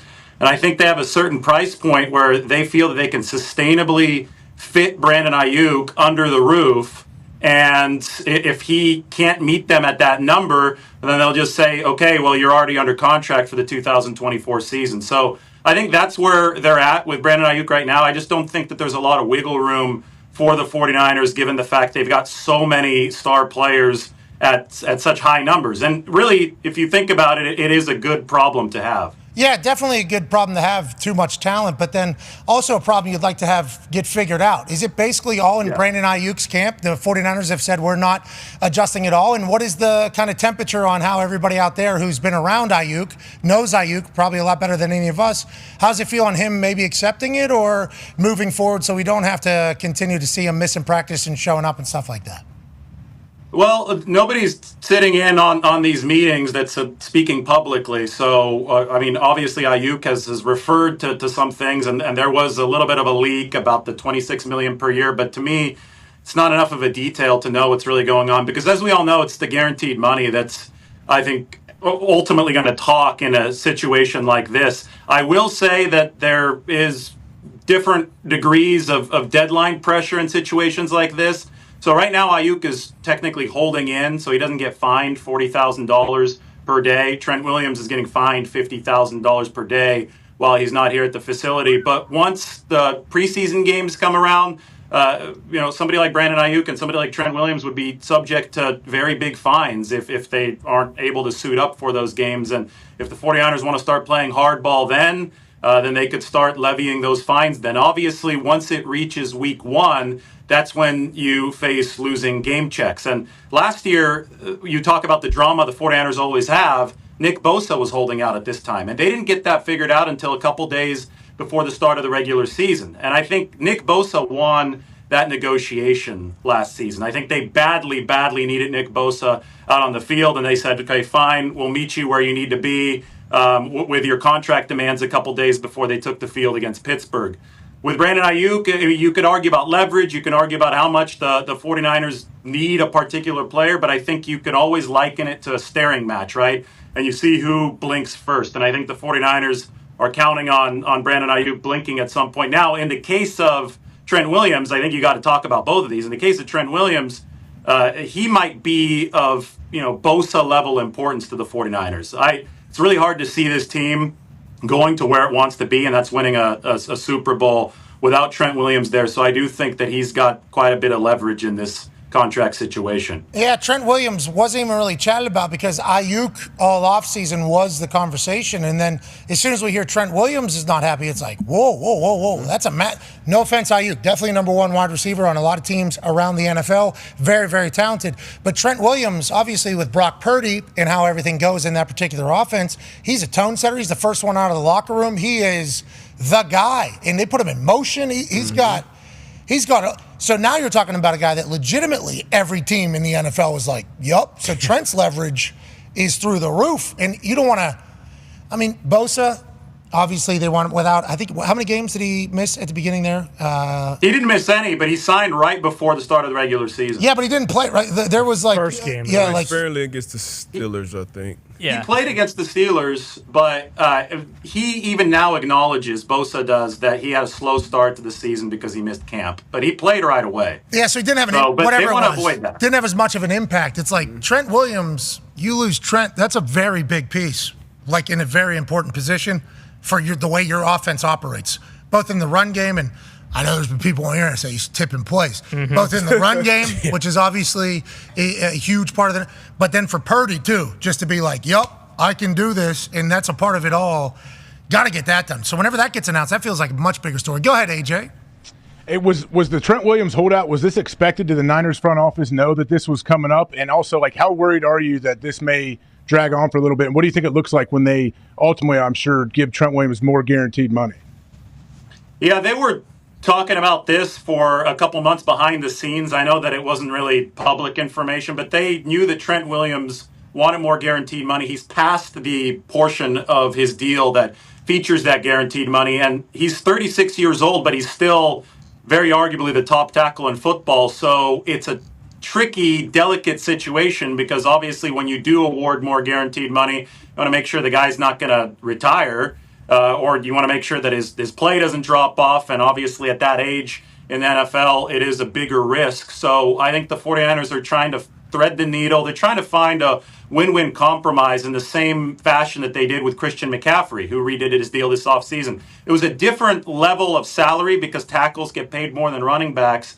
But what they did with Christian, because he was past the guaranteed portion of his deal, is they obviously guaranteed it, and they tacked on some years. They stretched out the salary cap hit. So they ended up lowering Christian McCaffrey's cap hit for 2024 while also rewarding him with more guaranteed money. And I think they can find a similar win-win with Trent Williams. It's just harder and trickier to find the exact numbers that work because you're dealing with a bigger scale for possibly the game's best tackle. We always just assume that they're going to figure it out because that's what the Niners have done in recent history. Is this the year they go? Is this the year it happens for the Niners? Well, they're favored in all 17 of their games, and they're favored to do it. So, I mean, I think that the Vegas would tell you yes. They've got to find a way to kick the door down once they actually get there. And, you know, it's not a 7-game series once you get to the Super Bowl. So everything has to click on that day, or at least enough has to click on that day. And when it's Patrick Mahomes on the other side, then you better show up with your A game. I don't think they showed up with their A game to the Super Bowl last year. So it's going to be dependent on that. I do definitely see them coming out of the NFC as the champions this year, though. Can't wait. Health permitting. Can't wait to watch. We appreciate the hell out of you. It seems like you think that the contracts are going to get sorted. Team's going to be back, going to go on a run, and it would be an enjoyable run for sure because of the personalities that are on that squad. We appreciate you, ladies and gentlemen, from the Athletic, David Lombardi. Yeah, Lombardi. Lombardi himself. So Christian McCaffrey was asking for money. Right? They don't just, unless they were like, came to him, hey, we got to do some salary cap gymnastics, kind of open up the cap a little bit more because we got to do other stuff. How about we give you this, you do this, yada, yada, yada, maybe.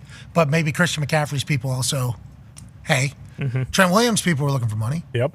Brandon Ayuk's people were looking for money. I mean, if he didn't get injured, I assume Dre Greenlaw's people would have been looking for money after an All-Pro year. That's what success brings, I guess. That's what happens whenever you have superstars all over the place. John Lynch seemingly always navigates it. David Lombardi thinks they're going to go win the Super Bowl this year. He said Patrick Mahomes on the other side is going to be tough. It's like, or Anthony Richardson. Well, if he can get healthy through camp. I mean, he got hurt today.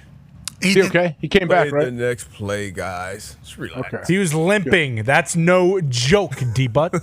Allegedly. No, he played the next play. He was limping. He got up limping. Oh, Simone Biles just is winning gold limping. Bingo. What do you mean? Well, are there tricks named after AR yet? The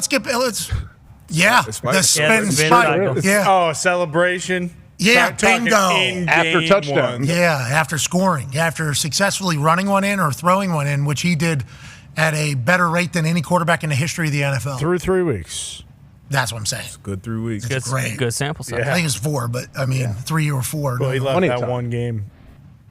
Well, because he was hurt. But he scored a couple. Oh, he got hurt. The thing about it is, he wasn't hurt today. He got a little stinger. He got stung by a bee. He got stung by a bee and he was limping from that? Jeez Louise. He got stung by a bee. And that's all it takes. It was a wasp. It was the queen bee. Yeah. Actually. So then all the little ones attack too because they're going to do what the queen tells them. And they only went after AR? Yes, one ankle. He allergic to bees too. So the fact that he missed where's no the plays. Where's the O-line then? They're rusty. Block your quarterback. Did you just say they're white? That's what Nick just said. You're disgusting. Good videos. Good internet. Good X with our O-line. Yeah. Back, baby. All right, let's get back to boots on the ground, okay? It was wild to see that video. Oh, yeah, it was sweet. That was wild. The way it was laid out. Walking into Culver's. And then, watch your mouth. Watch your mouth. Those are some of the tweets I saw. Yeah, the internet really had its. The offensive line, he said, looked rusty. It was like they're getting the first day jitters out. Okay, these guys are so excited to be back. Look at this. Can't even block bees. What's wrong? Connor? What the hell? Hold on. Whoa. Oh, wait. Whoa. What's the nickname Let's for get this back. O-line Let's this get year? back.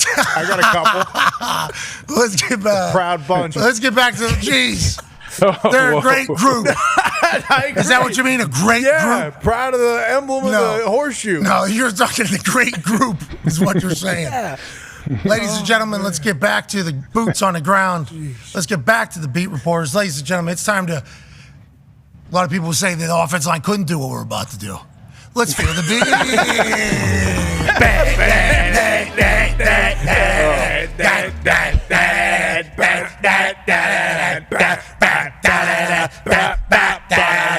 Let's go to Buffalo. Ladies and gentlemen, obviously an incredible paisano, host of the Extra Point Show on WGR 550. He's also sideline reporter for the Buffalo Bills, and obviously he's a Buffalonian, brother. Ladies and gentlemen, Sal Clausen. Yeah. Yes. Always best. What's up, boys? Yo, you hear the sound, the crispness? Incredible. Your setup, Sal, is always so classy, so professional, so elite. We appreciate you every single time. It's great to see you. How was the off-season, Paisan?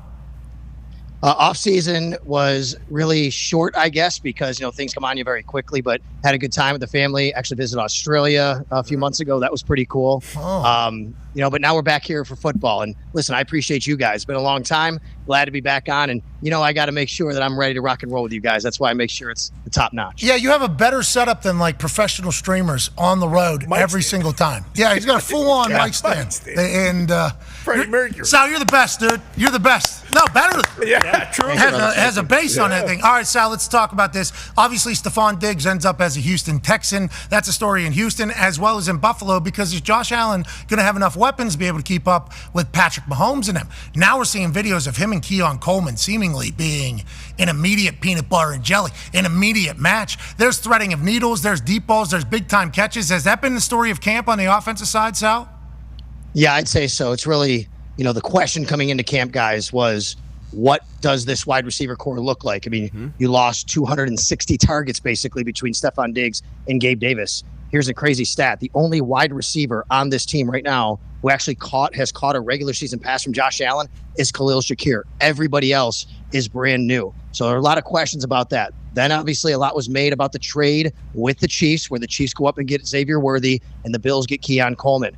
Can he separate at the NFL level? That was one of the big questions. One thing we've seen so far, not only separation, but because he can separate a little bit, and it's not like he's blowing by people, guys. He just has such a great catch radius, right? Josh can put the ball to a spot where only he can get it. We've seen a lot of that. Now, it hasn't been perfect for Keon.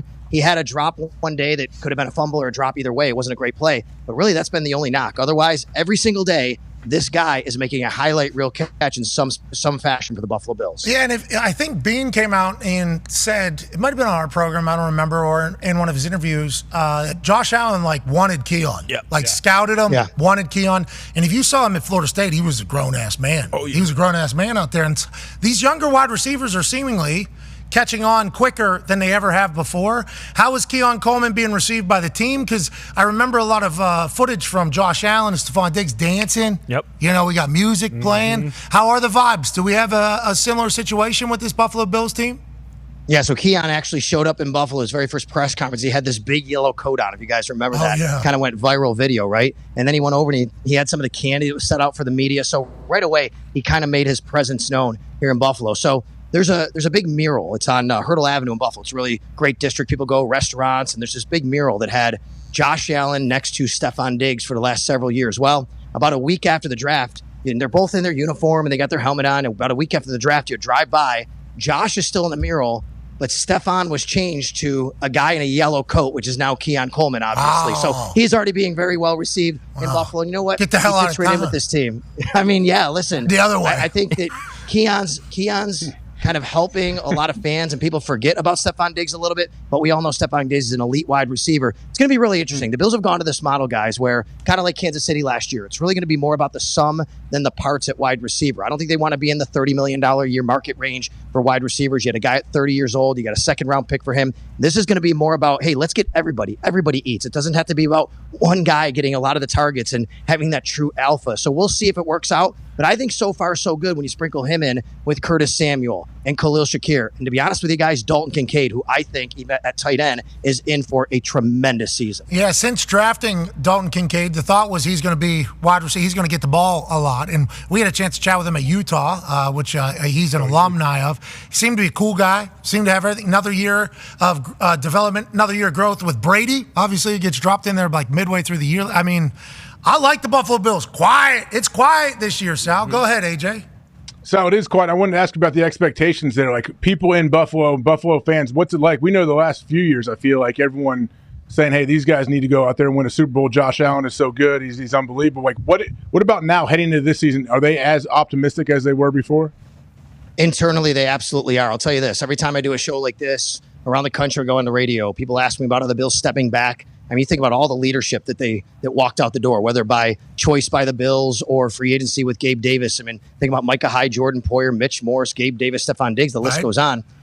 Everybody asks about it. My response is, as long as you have number 17, you're going to be just fine. Let it go from there. And I think this team, they have talked about how they actually prefer to play under the radar. They prefer being now a team that can go out and be the hunter and not the hunted because people are underestimating them. So I think you're getting back to really kind of a team mentality of it's a little bit of us against the world. It's not us coming into the year as the 1 or 2 Super Bowl favorites. But they're still up there. They're still the favorite to win the East. They're still one of the top 3 or 4 in the AFC to go to the Super Bowl because everybody knows this is still a good roster with a good front office and a good coaching staff. The expectations are always going to be high within a building because they know the vision, they know the belief before anybody else. Brandon Bean, He's a good football guy. Oh, yeah. Good football brain. And this is going to happen, whenever you have success. I mean, the Niners have seemingly had to deal with it every single offseason. They've been able to figure out ways to pay everybody.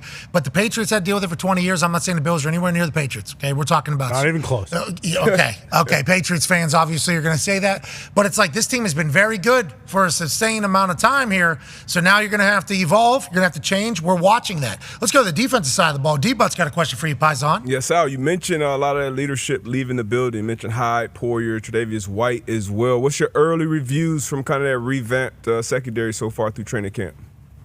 Well, they signed Mike Edwards, who played in Tampa under Todd Bowles, won a Super Bowl, played in Kansas City under Steve Spagnuolo, won a Super Bowl. Those are both very similar defenses to Sean McDermott's. However, he's been injured. He's out now week to week with a hamstring injury. So that's kind of forced Cole Bishop, a second-round pick out of Utah, into a little bit of a role here. Well, guess what, guys? Today, Cole Bishop went out with a bit of an injury. So you got a few guys that are a little bit banged up that they're trying to work through. But the reviews on the secondary overall, I think because of who the coach is, I think because of the system, are still going to be pretty good. They're gonna be able to keep things in front of them like they normally do because of the system. At the corner position, I really like Christian Benford. I think he's very underrated for the year last year. Russell Douglas at the trade deadline. The X factor here is Kyer Elam. Can Kyer Elam finally play like a first-round pick he was just a couple of years ago? Even give him baseline third cornerback level play. That would be great. So far, I think he's had a pretty good camp. It wasn't a great day today. Keon Coleman beat him a couple times. But I'm a little concerned about their corner depth, guys. They need to make sure they have something more on the outside because, as you know, as the season goes on, you have bumps and bruises. Yeah, I'm excited to watch how it all comes together for the Bills. Because to your point you made earlier, when you have 17 on the team, he can literally lead the team in rushing, throwing. He can do whatever you need. Mm-hmm. And there's one guy that I think they need to keep feeding. And it became a little bit of a thing last year. Ty Schmidt has a question for you. Yeah, Sal, last year after Ken Dorsey got let go and Joe Brady came in, James Cook, his carries noticeably went up and he had a much bigger impact for the team. Let James Cook was the one-liner. Yeah, and I see a lot of people predicting, hey, this guy actually might lead the NFL in rushing this year. Is he going to get a massive uptick in his workload when you consider that the receivers are a little bit more of an unknown and they don't want to put as much on Josh's shoulders? What's the outlook for him going into this year? Yeah, I'm glad you asked me, Ty, about James, because I do think he had a tremendous year last year that kind of largely flew under the radar nationally because of how good of the numbers were. I think he was fourth in rushing or all scrimmage yards and sixth in the other. Had a tremendous year, and they really leaned on him, as you said, towards the end of the year. This is going to go back to the point I made earlier. The Bills are building this offense, guys, with Joe Brady where, and they've said this, there's no X, there's no Z. They're going to be able to flex James Cook out. They're going to be using Dalton Kincaid in the slot. And let's remember, Curtis Samuel has had like 80 or 90 carries in his career. Had 40-something carries with Joe Brady playing like a running back position. He was a former running back, slot position, jet sweeps, things like that. And it's a long way of me saying James Cook's going to fit into that mold. They're going to use these guys in all different ways. So, yes, I think James Cook, it might not be by volume of touches, but you're going to see him do everything on the Buffalo Bills this year, whether that's in the backfield, whether that's lined up in the slot, lined up out wide. No matter what it is, James Cook's going to be a part of it. But that's what the Bills are going to do. They're building an offense here where no defensive coordinator can go into a meeting room and say, this is where they're lining up. This is how we're going to defend them. We're going to have to take care and watch for everything because we don't know what they're going to do. Everybody is the New Orleans Saints. Taysom Hill. Yep. Yeah. Mm-hmm. For the Buffalo Bills. Yeah. Good luck, New England Patriots. Is Judon going to be on the field? I mean, they're not looking down. They should be looking, Miami and New York. Okay? Good luck, Miami. Is Tua? Jordan Poyer will be. Good luck, New York Jets. Is Hassan Reddick? Is there any drama up there? None, right? No, that's the thing. So, look, I think Stephon Diggs is a tremendous player, and I would never say that he's selfish or caused any drama last year, but because of his presence, because of his personality, it always seemed like there was something going on in Buffalo, and everybody would point to and what's going on. Stephon Diggs, Josh Allen, whether it was real or perceived, we don't know. There's none of that this year. I believe firmly that's part of the reason why he's not here anymore, because they just wanted to get back to having no drama. Guys, there's no drama here. The only big storyline we're talking about, a couple of them, Matt Milano's return to injury, Von Miller's return to injury, and Josh Allen's leadership, which is kind of morphing more into that guy who might have to kind of get in your face a little bit more because he doesn't have those other leaders around him anymore. And that's kind of been a bit of a story here. Josh is always, as you guys know, kind of a happy-go-lucky fit in with the guys. I think he's had a little bit of an evolution in his leadership here, knowing so much other leadership has walked out the door. But that's not drama. That's just those are the things we're just talking about. Getting close can build that up too. Getting close and then devastating heartbreak and then shit talk. And then being that you can kind of evolve and shape and kind of change how you view everything, because you can get a little bit more detail oriented. And I think that is very natural. And I think that's what all the greats, the super greats do. I'm excited to see what Buffalo does. I'm excited to see how you show up next time on this show. This one, full mic stand, unreal headset, probably has a cough button. Oh yeah, without a doubt. Probably has a cough button. I don't have that right now. Oh, cheap. cheap. You guys got me on that one. You're the man, ladies and gentlemen. Sal Capaccio. Yeah. Hey, and ladies and gentlemen, one last time, no drama. Yeah, crazy. I mean, there's no place to have any drama when your quarterback's getting $67 million. Nobody else is making any money. You cut half the team already. Yeah, the drive. Okay. There's no place for it. What if they're good? What if they're great? They should be good. They'll always be good. Matter. They're just not going to win a Super Bowl. Yeah, like they were good last year, and their whole thing That's last year. That's how this goes. Their whole thing last year was flying under the radar, and then they did because they started 1-6, and then they went on a crazy run. So like the whole fly under the radar this year thing, that's not really. Yeah, but in those snowstorms, if they beat the Chiefs instead of Patrick Mahomes doing snow angels and throwing snowballs, I mean, it's a whole different animal. But there was they missed their window, brother. Don't. All right. Orlowski said they were 2 plays away from 3 Super Bowls or whatever. Yeah, the math did not add. Yeah, so they Orlowski's an favorites asshat. for the last few years. What? Orlowski, good guy. He asked good questions this morning. Changed the overtime rules because they lost. I mean, what more do they want? That did happen. The 13-second thing. Would like to see an answer here from one of our young stars, which I think we all would have. But you're right. There has been a lot of the Niners too on the NFC side, but they've made Super Bowl. Right. Mm-hmm. Yeah, and then with the Niners, they walk down the field to kick a field goal. They're up by 3 in overtime of the Super Bowl. It's just there's that son of a bitch in Kansas City is so good. So good, which is what Buffalo's saying. Yeah, Buffalo's exactly. hey, listen, I don't know what you want from us, but I would like to see Buffalo go and do it because the city of Buffalo would be agreed awesome. Yeah, fans are awesome. I mean, they're delusional, but they are very passionate, so you have to respect them. But Cincinnati's not saying what Buffalo's saying. And I hope that statue is big enough with the new stadium. It won't be. No chance. Ladies and gentlemen, let's go to the AFC North. Let's dive a little bit deeper. Amanda will eat your sub, tell you a story. Let's feel the beat.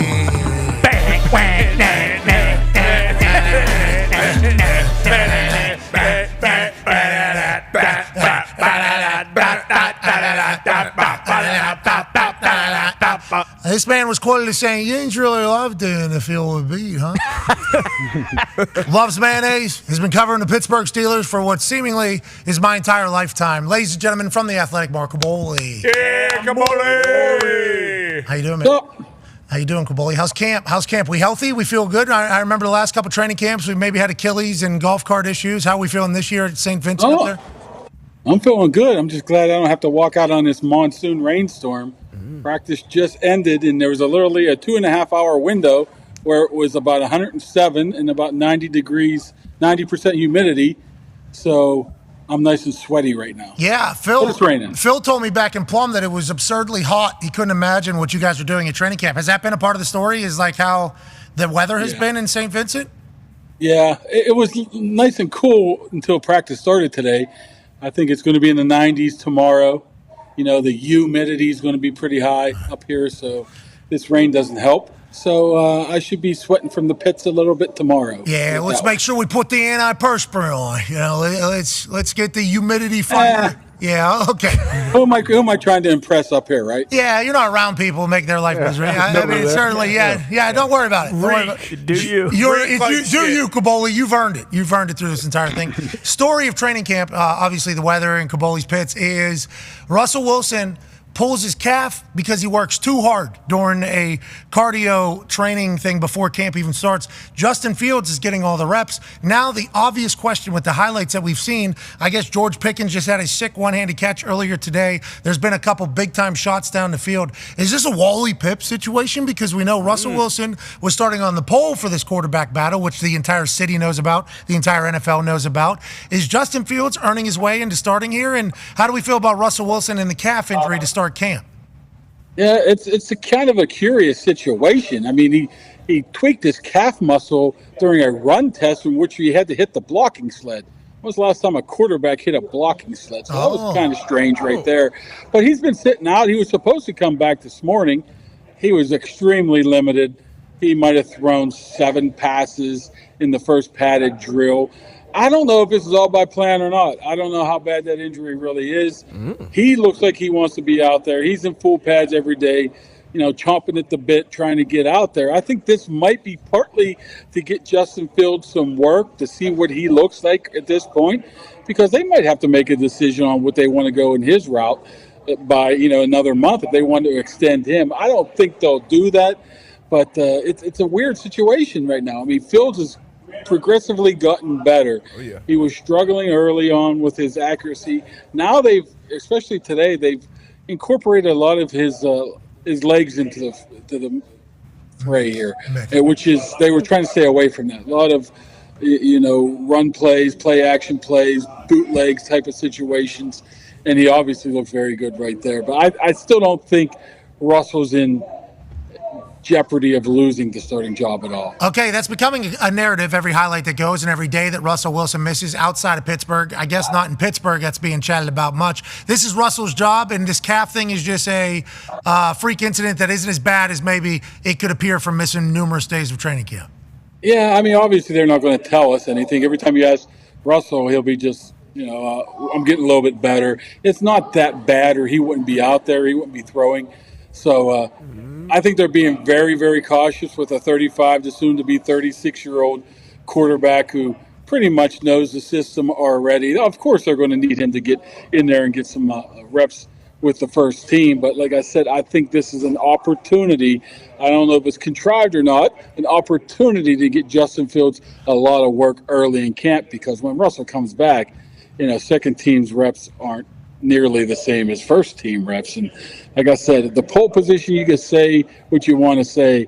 I don't think they brought Russell Wilson in here to be the backup. They didn't pay him $1 million to be a backup. Yeah, and Russell Wilson didn't come to be the backup either. Yeah, plus the intangibles too. The veteran leadership, the way he, carries himself, the way they want a guy to, be very confident in the way he plays, doesn't turn the ball over. That's the stuff they want from this team when they got a running game and defense like that.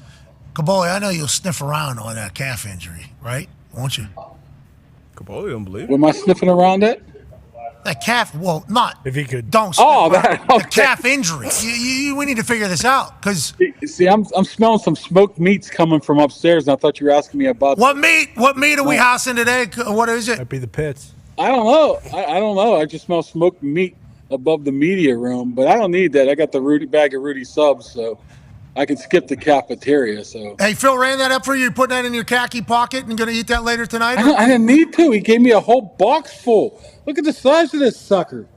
Got me like 4 of these suckers. Look at them. Jeez. Let's go wrap 12. What am I going to do with that? You know what you're going to do with that, Kaboli. Kaboli, you and I both know what you're going to do to that, Kaboli. I'm going to give it to my friends. Okay. No, that's what you're going to do, Kaboli. That's what you're going to do. All right, let's get back to football. We're talking about the offense. Let's go to the defensive side. Massive addition. Go ahead, Connor. Yeah, Kaboli, how's Patrick Queen fitting in? Is he immediately a vocal leader for this Steelers defense, or is it taking some time for old Queener to become one of the guys on defense for Pittsburgh? Nah, he's got the A+ in trash talking 101. Let me tell you that. That was from the beginning right now. He's definitely going to be an upgrade to this team of inside linebacker, just another star on the defense. They got a ton of stars on every level right now, and he's just a different breed. I mean, he's definitely a 3-down linebacker, and I'm sure people in Baltimore are pulling out stuff that he can't do without Roquan Smith and stuff you hear about that. But he's definitely likes to chat it up today. I mean, even today during some live. That's pretty drills, chatty. They just call him Chatter Queen. Yeah. Oh. Hey, during live drills today, they did one-on-ones, and one of the running backs blocked a tight end. One running back blocked a linebacker, and they cheered. And he says, "Man, that wasn't a block; that was a tackle." And they all he just start getting in people's faces like that. So he's not holding back. He's definitely a A-plus player. A tone setter for Pittsburgh, it sounds like, which is obviously going to be something that's needed and probably has been missed for a while. Tone Diggs is live from Hammer. Dahn. Got a question for you. Kawoli, shout out to you for being in midseason form so early in training camp here in this appearance. As a Yinzer, I know what the Yinzers are calling for, and they want to talk about the rookies, and they want to talk about the O-line and who's going to be the number 2 behind George Pickens. And those all come together. So I hear Fatanu's getting some work in at right tackle on the first team. Have we heard anything about Zach Frazier working at center? I know Herbie's getting the start. And then I know Roman Wilson left today with an ankle injury on the cart. No, he's fine. It's just an ankle. It's just an ankle. No, Anthony Richardson got right back in and played next play. If he's healthy, could Roman Wilson be that number 2? Or I know Freiermuth's going to be the number 2, but could he be the number 2 wide out? Definitely. I mean, there's about 3 or 4 of them are probably going to be it's just going to be a plan to use them all. I mean, it's not going to be your run-of-the-mill number 2 guy like an Ayuk or T. Higgins back in the day with Cincinnati, or I guess currently in Cincinnati. It's going to be like almost wide receiver 2 by committee. You're going to have Calvin Austin. You're going to have Van Jefferson, Roman Wilson, of course. And I think Freiermuth is huge to this offense. A guy like Connor Hayward, too, can fit in here as well. So it's going to be up to Arthur Smith, I think, to find the right scheme and the right place to use these guys. And I think he is a talented enough coordinator to be able to do that. But I don't really see Absolutely, Kaboli. You're crushing it. We'll be back tomorrow. Back to Kaboli. You're trying to get me that hard out, huh? You should have given me a sign. Well, we did. We turned on music. Yeah, that's what the I wasn't hearing. I was too busy yapping. Well, I thought there was a chance, actually, we could mute you. We could do the hard out and then go back to you without you even without you even noticing. That was the move that we were attempting to pull off there. Just want to let you know that, because of the importance of the answer that you were giving was obviously a big deal. But the hard out, we got to be professionals. Have to. Got to be professionals. Yep. Only ESPN. Especially in the middle of this great time for sports. Yeah. But go back. Sorry, we cut you off there a little bit. You were rolling. Yeah, I forget now. I guess I was trying to kiss Freiermuth's butt maybe a little bit. He's going to be a star this year, unless he gets, he's been banged up with some concussions in the past. He's not only taken that role of a number 2 guy, but he's being a leader. You see a lot more leadership out of him this year. He knows what Arthur Smith likes to do with the tight ends. This guy should get paid here very soon, and I think he's going to be the de facto number 2 when it comes to targets and receptions and touchdowns and all that sort. Yinzers love a name that they can yell, especially, the tight end position, so going all the way back to Heath, but just being able to drop a moo. That's like a good check, too, at away games. Away games for the Kansas City Chiefs, whenever they're playing away, immediately at the national anthem how many Chiefs fans are in there, because you hear it. If Muth gets the ball in Indianapolis, he got the ball, and you heard pretty you're like, oh damn, there's a lot of Yinzers. There's a lot of Yinzers in here. Freiermuth, I think, enjoys it. Feels like he's a monster. Yeah. When we see him, so I'm in Detroit. Yeah, he's a lot bigger than you think he is. Yeah, mascot. And then with what Artie Smith does, you're 100% right. That tight end should seemingly eat. Pittsburgh loves a tight end balling too. Go ahead, AJ. Boy, I'm worried about you. How is your health? Are you doing all right? We saw a picture a week ago. You still wearing Achilles compression wraps on at least one of your legs, maybe both. How are you doing? How's your Achilles, your calf? And have you thought of being able to buddy up with Russ and talk about a couple guys with some calf injuries / lower leg situation? Good. I'm doing a heck of a lot better from 2 years ago, right? When I had a boot around. A little issues with the ankle and some of the old infection from a couple years ago, but hey. Why should I complain? Nobody cares, right? So I just wear the old compression sock, look like a 60-year-old man, and go about my business, right? How have you been writing? Feel like you're swinging a hot pen right now? Feel like you got good takes, good angles, good eyes, good vision for the team right now? Oh, of course. Come on now. 22 years on the business, on the team. everyone's like a moonshot out of the ballpark. Yeah, you're Shohei Ohtani. Playing first base for the Pirates. No, not now. Pirates are real deal, Kaboli. Pirates are real deal. I'm hoping you haven't been watching them lately. They won last night. Come on now. They won't make any trades that better the team. Oh, I thought we were bringing Mike Trout in. He's hurt. They I heard don't that. do that. They're breaking? Seems like them. So Mike Trout's coming to the Pirates? I thought he was coming to the Pirates. I thought we were trading for Mike Trout. One game out of the wild card, all right, Kaboli? Hey, Ohtani, maybe too. not always Ohtani a rain as well. cloud. Oh, Ohtani's going to be impossible. He's just Hey, Ton, they're 5 games out of being 13th in the National League. Oh, stop being such a fucking reality Saturday. Okay. Let us dream a little bit. We got the Hundo boys. 100th strikeout for Paul Skeens. Congrats to him. That was fast. 6th fastest in the history of baseball. But remember, he could have had like another 6 strikeouts in numerous games that he has played in, and they decided to pull him out. So, I mean, Paul Skeens historic. Jones is doing his thing. I mean, is Kutch still on the squad? He is. Oh, yeah. Kutch, Cruz missile. Bednar's a dog. I mean, we got a team. What are you talking about, Cabal? Why are you looking so negative? Everybody's getting hurt. Gonzalez is hurt. Tellez got hurt. He's back. This is the time to get hurt, for a while. Yeah, it was kind of chilling. Now is when you want. Everybody's to be hurt. mad here. Everybody's mad because he's not making any trades at the deadline. Dude, it's nothing son of a. I don't want to. I thought we were doing it. I thought we were doing it. I'm telling you, Pat, you might be their only hope. By the team. Rumor has it the Pirates are in on Yandy Diaz, first baseman for the Tampa Bay Rays. How's his bat? Pretty darn good. Hot. We need a bat. We need another bat. Okay. You know, buying a team is a hilarious thought until you look into how expensive they actually are. This Nutting guy, he, first of all, has so much money, but the fact that he's just like, let's keep running up score, you know? Well, everybody's kind of like hoping that you wouldn't do that, though. Maybe next year. Yeah, maybe finally good. We'll just go ahead and do it. He's done it for a long time. Pittsburgh people lost hope. A lot of Pittsburgh people have lost hope in the Pirates ever being good because so many Pittsburgh Pirates have gone on to win Cy Youngs and World Series on other teams. And we're like watching them do it. It's like they could have been Pirates. They could have been Pirates. Well, never would have been Pirates. Why? Well, because your owner will never spend money. It's like, well, why are you the owner then? That's like the natural question. But then you land in a spot, I guess, where you get Paul Skeens. It's a whole different fucking ballgame. Mm-hmm.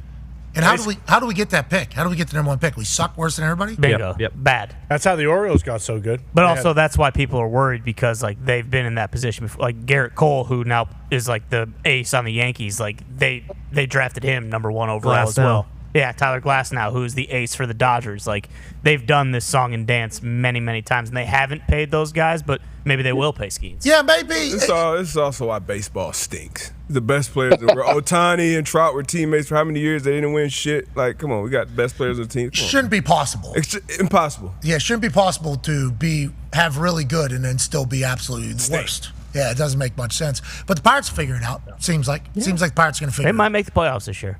And if we do, we're a problem, right? Because our rotation could be, yeah, is a real deal for sure. See, do you think Pittsburgh journalists have maybe? You all right? A bug just flew up my nose. That be. Dude, put some fucking deodorant on. We're about to fly. Smell, it literally flies to shit, brother. That's what they say. Yeah. Especially in Hey, I'm not like Orlovsky and farting on here, so you give me credit for that. For now. Thank you for being a professional. And also, we don't know if you farted on here or not. Yeah, true. We do not know if that's true, what you just said. But in that humidity, with that heat, there's a chance these bugs are going to be hovering, especially if you got no deodorant. So keep an eye out. And let's hammer those Rudy subs, shall we? Oh, I plan on it. Which one is it? Which one is it? What sandwiches do you know? Is it Italian? Oh, it's just huge. It looks like Italian. Whole Italian hot, lettuce, onion, mayo. Take a bite. Oh, Take take a bite. Take a sack of stuff. Take a bite or not? Yeah, why not? Really Oh, I gotta rip it open though. Paper. Oh, no, you say paper. That's going to ruin the sandwich. He's eating the paper. That's going to ruin the sub. All right. Yeah, the bread's a big part of it. Just too much paper. No, the paper's got mayo on it. It's part of the sandwich. What's so funny, Toad? It's like a candy necklace. I ate the paper. Yeah, we saw. Good for you. Did you? Do it again. That's Mancini's paper, okay? No, it's Mancini's bread. That's why it's so important to the sub. The bread is like the important part. And Caboli's just over here. Who cares? Let me just. Caboli, respect that. All right. That's gonna hurt coming out, Caboli. The paper? Yeah, eating too much paper. Hey, white dump. Funny you say that. Camp time means dude wipes, so I'm pretty good with that. Are you staying in dorms? No, actually, no. They kicked us out of the dorms after COVID. I'm staying in the hotel right across from the Arnold Palmer Airport. Got my supply of dude wipes. I'm good. I like what you just did right there, Kaboli. That was smart business. Oh, boy. That was smart business, Kaboli. You should be a dude wipes person. Oh, yeah. I mean, this is perfect. Yeah, Target. I can't do it at home because, you don't want to ruin your septic system. The Flushable Society of the United States of America. RFA USA. has stamp approval. Oh, we appreciate you. Have a great camp. All right, we need you to continue to really cover the Steelers better than anybody else. And has the sports media... All right, ladies and gentlemen, Mark Kaboli. Yeah, Kaboli. Wait, Kaboli. Mark. Oh, baby. Mark, we found a trading card. The Linwood Eagles back in 1986. Yeah. Who's your favorite professional? Well, Nico Noga. Nico Noga, St. Louis Cardinals, obviously.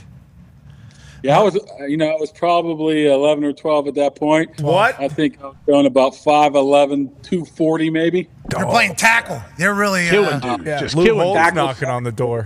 They're calling him. You should say, why in the world is he favorite player is Mark. Nico Noga? And I don't have an answer for you. Well, that was I have you. no idea. This was you as a child. St. Louis Cardinals. I was a big St. Louis Cardinals fan.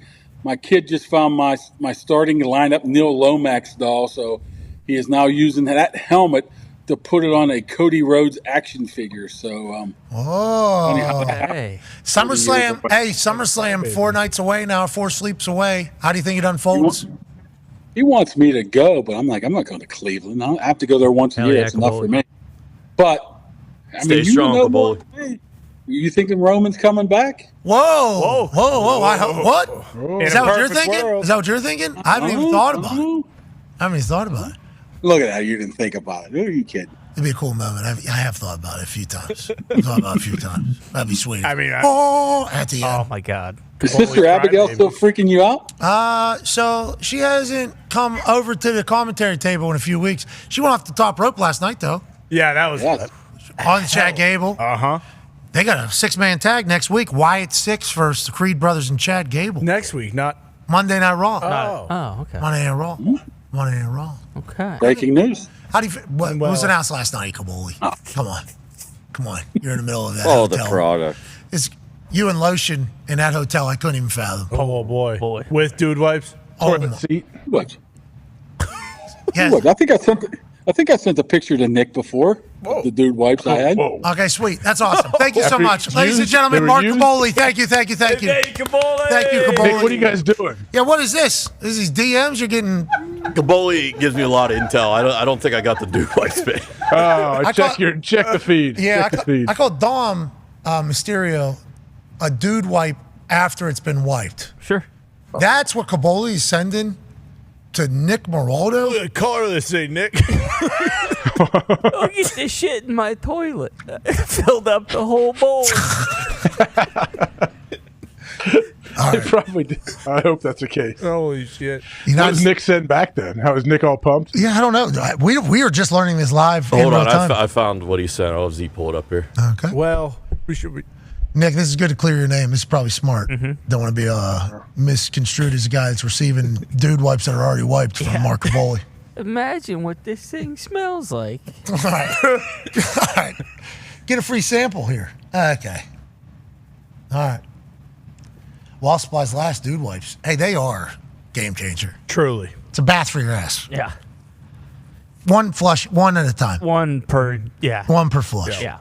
But it is certified by the Reflushable Society of the United States of America. Exactly. Which is the governing body of Reflushables. Mm-hmm. We trust those. Ooh. Yeah, we trust our government. All the governing bodies, all the letters, we trust them all. I mean, the USA is in third, down 6 points to Brazil currently in the women's gymnastics. Amayo is on a floor routine for... That'll change quickly. How many teams are in this thing? U.S. has a commanding lead. It's just because they're in the middle of that apparatus. They just have the floor between them and the gold. And U.S. soccer beating the Guineas, or yeah, no? they were up 2-0. They were up 2-0 at halftime. Connor, I think it's new Guineas, right? Pop out. Wait, Pop out. They got new Guineas. I'm not in this with you, brother. All right. What? Put you back on your own. There was big Olympic news. though. Okay. That is the name of the country. No, it is Papua New Guinea. Yeah. But they listed it as just the last word there and certainly set some people up with some things to say. Is this Brazil right here? This is the lady who, on the uneven bars? Yeah, she got a Band-Aid on her head. Not her, but Not her. Different one, though. Brazil in warm-ups on the uneven bars, AJ. Just slipped right off of it. There she is, right there. Head right in. Got busted Is she open. competing? Is she okay? Is she competing now? Yeah. Yeah, I think she has to, because you Good. got to do all of them, right? If you're on the Well, I'm team. saying it looked like it broke her head off, broke her neck. It busted open. Obviously, everything is incredibly dangerous that they're doing. Full speed, flying around, neck could break at any moment. And then on the uneven bars, if you slip, all you got to do is just lose your grip. Bang, head right into ground, right there. Face busted open. Yeah. Right before the Spotter Olympics guy start. right there. What's that? Spotter right there. Well, this is in the middle of Unable to do warm-ups whenever they kind of like roll through, you know? They kind of like roll through, like get a couple different things. And I guess the spotter probably just thought, oh, this is just doing casual stuff. Well, and then they didn't show it because Suni Lee, she flat, just right on her stomach as well. A couple people from Russia up there with melted butter and were rubbing it all over the uneven Did they catch parts. him? I think they did catch him, but they're not going to do anything because they just let these fucking Russians cheat as much as they want. So We learned that from that documentary, Icarus. yeah, exactly. Do you remember watching that documentary? Crazy. So pee, like the sticking needles in the pee jars to try to switch out all their pee. Like it was pretty sophisticated. Getting rooms next to where they're going to store the urine room and having like false walls built into these rooms so they can get into where the urine samples were, I think was a graph that I watched in Icarus. It's like, holy shit, these people are willing to do whatever. And then you start thinking about why they would be. It's like they would definitely want to say they're the most athletic country on earth. Yes. For sure. Just absolutely in Olympics. And that's like why I think the Olympics is so special. Like everybody views it as like a thing. Like this is real. Yeah. Like the World Cup, soccer, tough to sell people. Some. Yeah. Not everybody. World Cup, obviously, much easier than some of the other soccer tournaments, but the World Cup, if USA isn't good, it's going to be hard to sell. The Olympics, I feel like every country is like, yeah, this is a real deal. Yeah. So many different sports. Like, it really is an entire encapsulation. It's respected, I think. Yeah. Like, it's respected by, like, everybody, seemingly, is how it's remained. Also, to your point, I feel like there's so many events that every country has a shot at something. Like, every country is good at one specific event where they can medal in. For instance, Korea. Have you ever seen Koreans with pistols? The air pistol? Oh, my God. Good Lord. Cold-blooded assassin. Cold-blooded. This lady, did you see his 25-meter pistol shot yesterday to win the gold? Oh, yeah. She looks sweet. Just so cool, so calm, so casual. Pff, world record! Yeah. No emotion. None. Lifts up, she has like a Terminator eye thing. Yep. Lifts it up, does like a... So the shot's right there at the beginning. She just shot. She just broke a world record. The glasses are awesome. I mean, I have no idea. I assume they're helping shoot better, but that's Sada right there with the whole place going crazy. Okay. Just one gold. Heart rate has never gone above 40 beats per minute. I have no idea what she does for a living, but there's people watching right now that are just like... She kills people, You know what she allegedly. does. Yeah. So is that like, do we have our Navy SEALs in this? Ooh, that's a good question. We should. I think we've asked Jack Carr that before, and he said... Yeah, world record points. Yeah, for her, and no reaction. Yeah. Like, could you imagine Navy SEAL snipers are our rifle team? Now, granted, I know the West Virginia rifle team is already Olympic enough. Sure. Of course. West Virginia rifle team is top of the notch. But is that, I don't know, that person just shot a pistol her whole life? That is why she's better than everybody? Or is she part of their military? Is like, I don't know how to view it. Yeah, and like also, how old is she? Like, what are the age groups? Because I saw there's a lady who's playing ping pong who's 59 for a country. Oldest ever, I think, right? Yep. Oldest Olympian ever, I'm pretty sure. She can fucking. Yeah. She's been doing it for a long. They said she was a world champion at age 12. Jeez. For shoot. How do you get on that path? How do you get on the path? Yeah, so I guess the story goes is that she was a world champion when she was 12, and then it was like 1986 maybe. They changed the rules that your paddle had to be two different colors, and I guess it just completely fucked up her entire game. Actually, that is for shoot. That's crazy. Yeah, and now 50. Yeah, because the red-black side. Yep. Yeah, bingo. That's always because I do prefer playing with the black. I like looking at the red. I like having the red on my side. But then every once in a while, you start losing. You got to flip that thing. Bingo. Yeah, you got to flip that thing over. We got to get the other side. We got to get a little bit more operation. These are all 5-star balls, I assume. I would think so. We need to get the paddles because I would like to feel these paddles. Me too. Are they light or are they heavy? What do we think? I think they're heavy. I would guess any heavy nice as well. paddle you've ever held is always heavier. True. I would guess heavy as well. And like the nice Viper ones that are like very expensive that are like meant to be able to put like a lot of spin. Yeah. Like those are heavy paddles. They have like that more rubber cushion. Exactly. Yeah, thick pad. Virtual reality ping pong Next level. is the only thing I've really played in the last couple of years. Paddle's real light. Yeah. It's just about the weight of the that's real deal. It's on the Oculus? It's the best. It's real. It is actual. You're playing actual ping pong. If you can get past the not feeling it, you're playing actual ping pong. Great sport. It is I think everybody enjoys table tennis. I haven't played in so long, and but got my ping pong table out in my basement like 2 weeks ago and played a bunch one weekend. I was like, Jesus Christ, why am I not doing this all the time? This is so much fun. Tone's got eyes on their warm-ups at these things. Oh, dude. I guess there's top speed forehands back and forth to each other. Like 50 straight. It's insane. And I don't love this. I just looked it up, Pat. They are playing with the 3 stars. They're being They're being supplied by 3 star, the good one. Then. Yeah, so 3 stars is high as it goes. 3 stars the highest one. Yeah. And they're I being fucked that up. supplied by Double Fish Sports Group. It's a Chinese company. Do they all have to use the same paddle? Same type of paddle? It's not a shock that there's the Chinese competitors are doing so well in table tennis. All right. Well, what do Americans use? They're all using the same Chinese balls. Okay. All right. We understand that is the case. So let's pivot away from table tennis and let's go to some world news. It is with great heartbreak that I probably deliver this news to a lot of people for the first time of them hearing it. The Paisan who created tiramisu, dead. What? Oh, that news. Oh. No, not going to other news. I thought that's for Roberto Lolli Linguinato, the man who invented tiramisu, has passed away at the age of 81. Rest in peace, Lolli. Done good. You done good? Nick's got tiramisu bites out at his table. I think it's only right that I'll have one. They're fucking delicious. They're so good. How did he not name it Lolly Masu? I have no idea, but he's a humble man. He's a passed away humble man now. Thank you for your contributions, Mr. Lolly. In the other world news, please. What's the other world news? A certain amusement park update, perhaps? No. We had this news earlier too, right? That is not a. Thank you, Bruce. Good work. That is serious world news that people need to know. This is not. You might be saving lives. That's not brother. news. This is not the program to be making that announcement. I think it is. Yeah. Because I think this is the program that most people will be possibly going to attend that specific amusement park. I guess you can't be riding the racers at Kennywood anymore. Is that right? I guess you can't be doing it, okay? And I thought for sure this was Hershey Park. I thought for sure this was Hershey Park.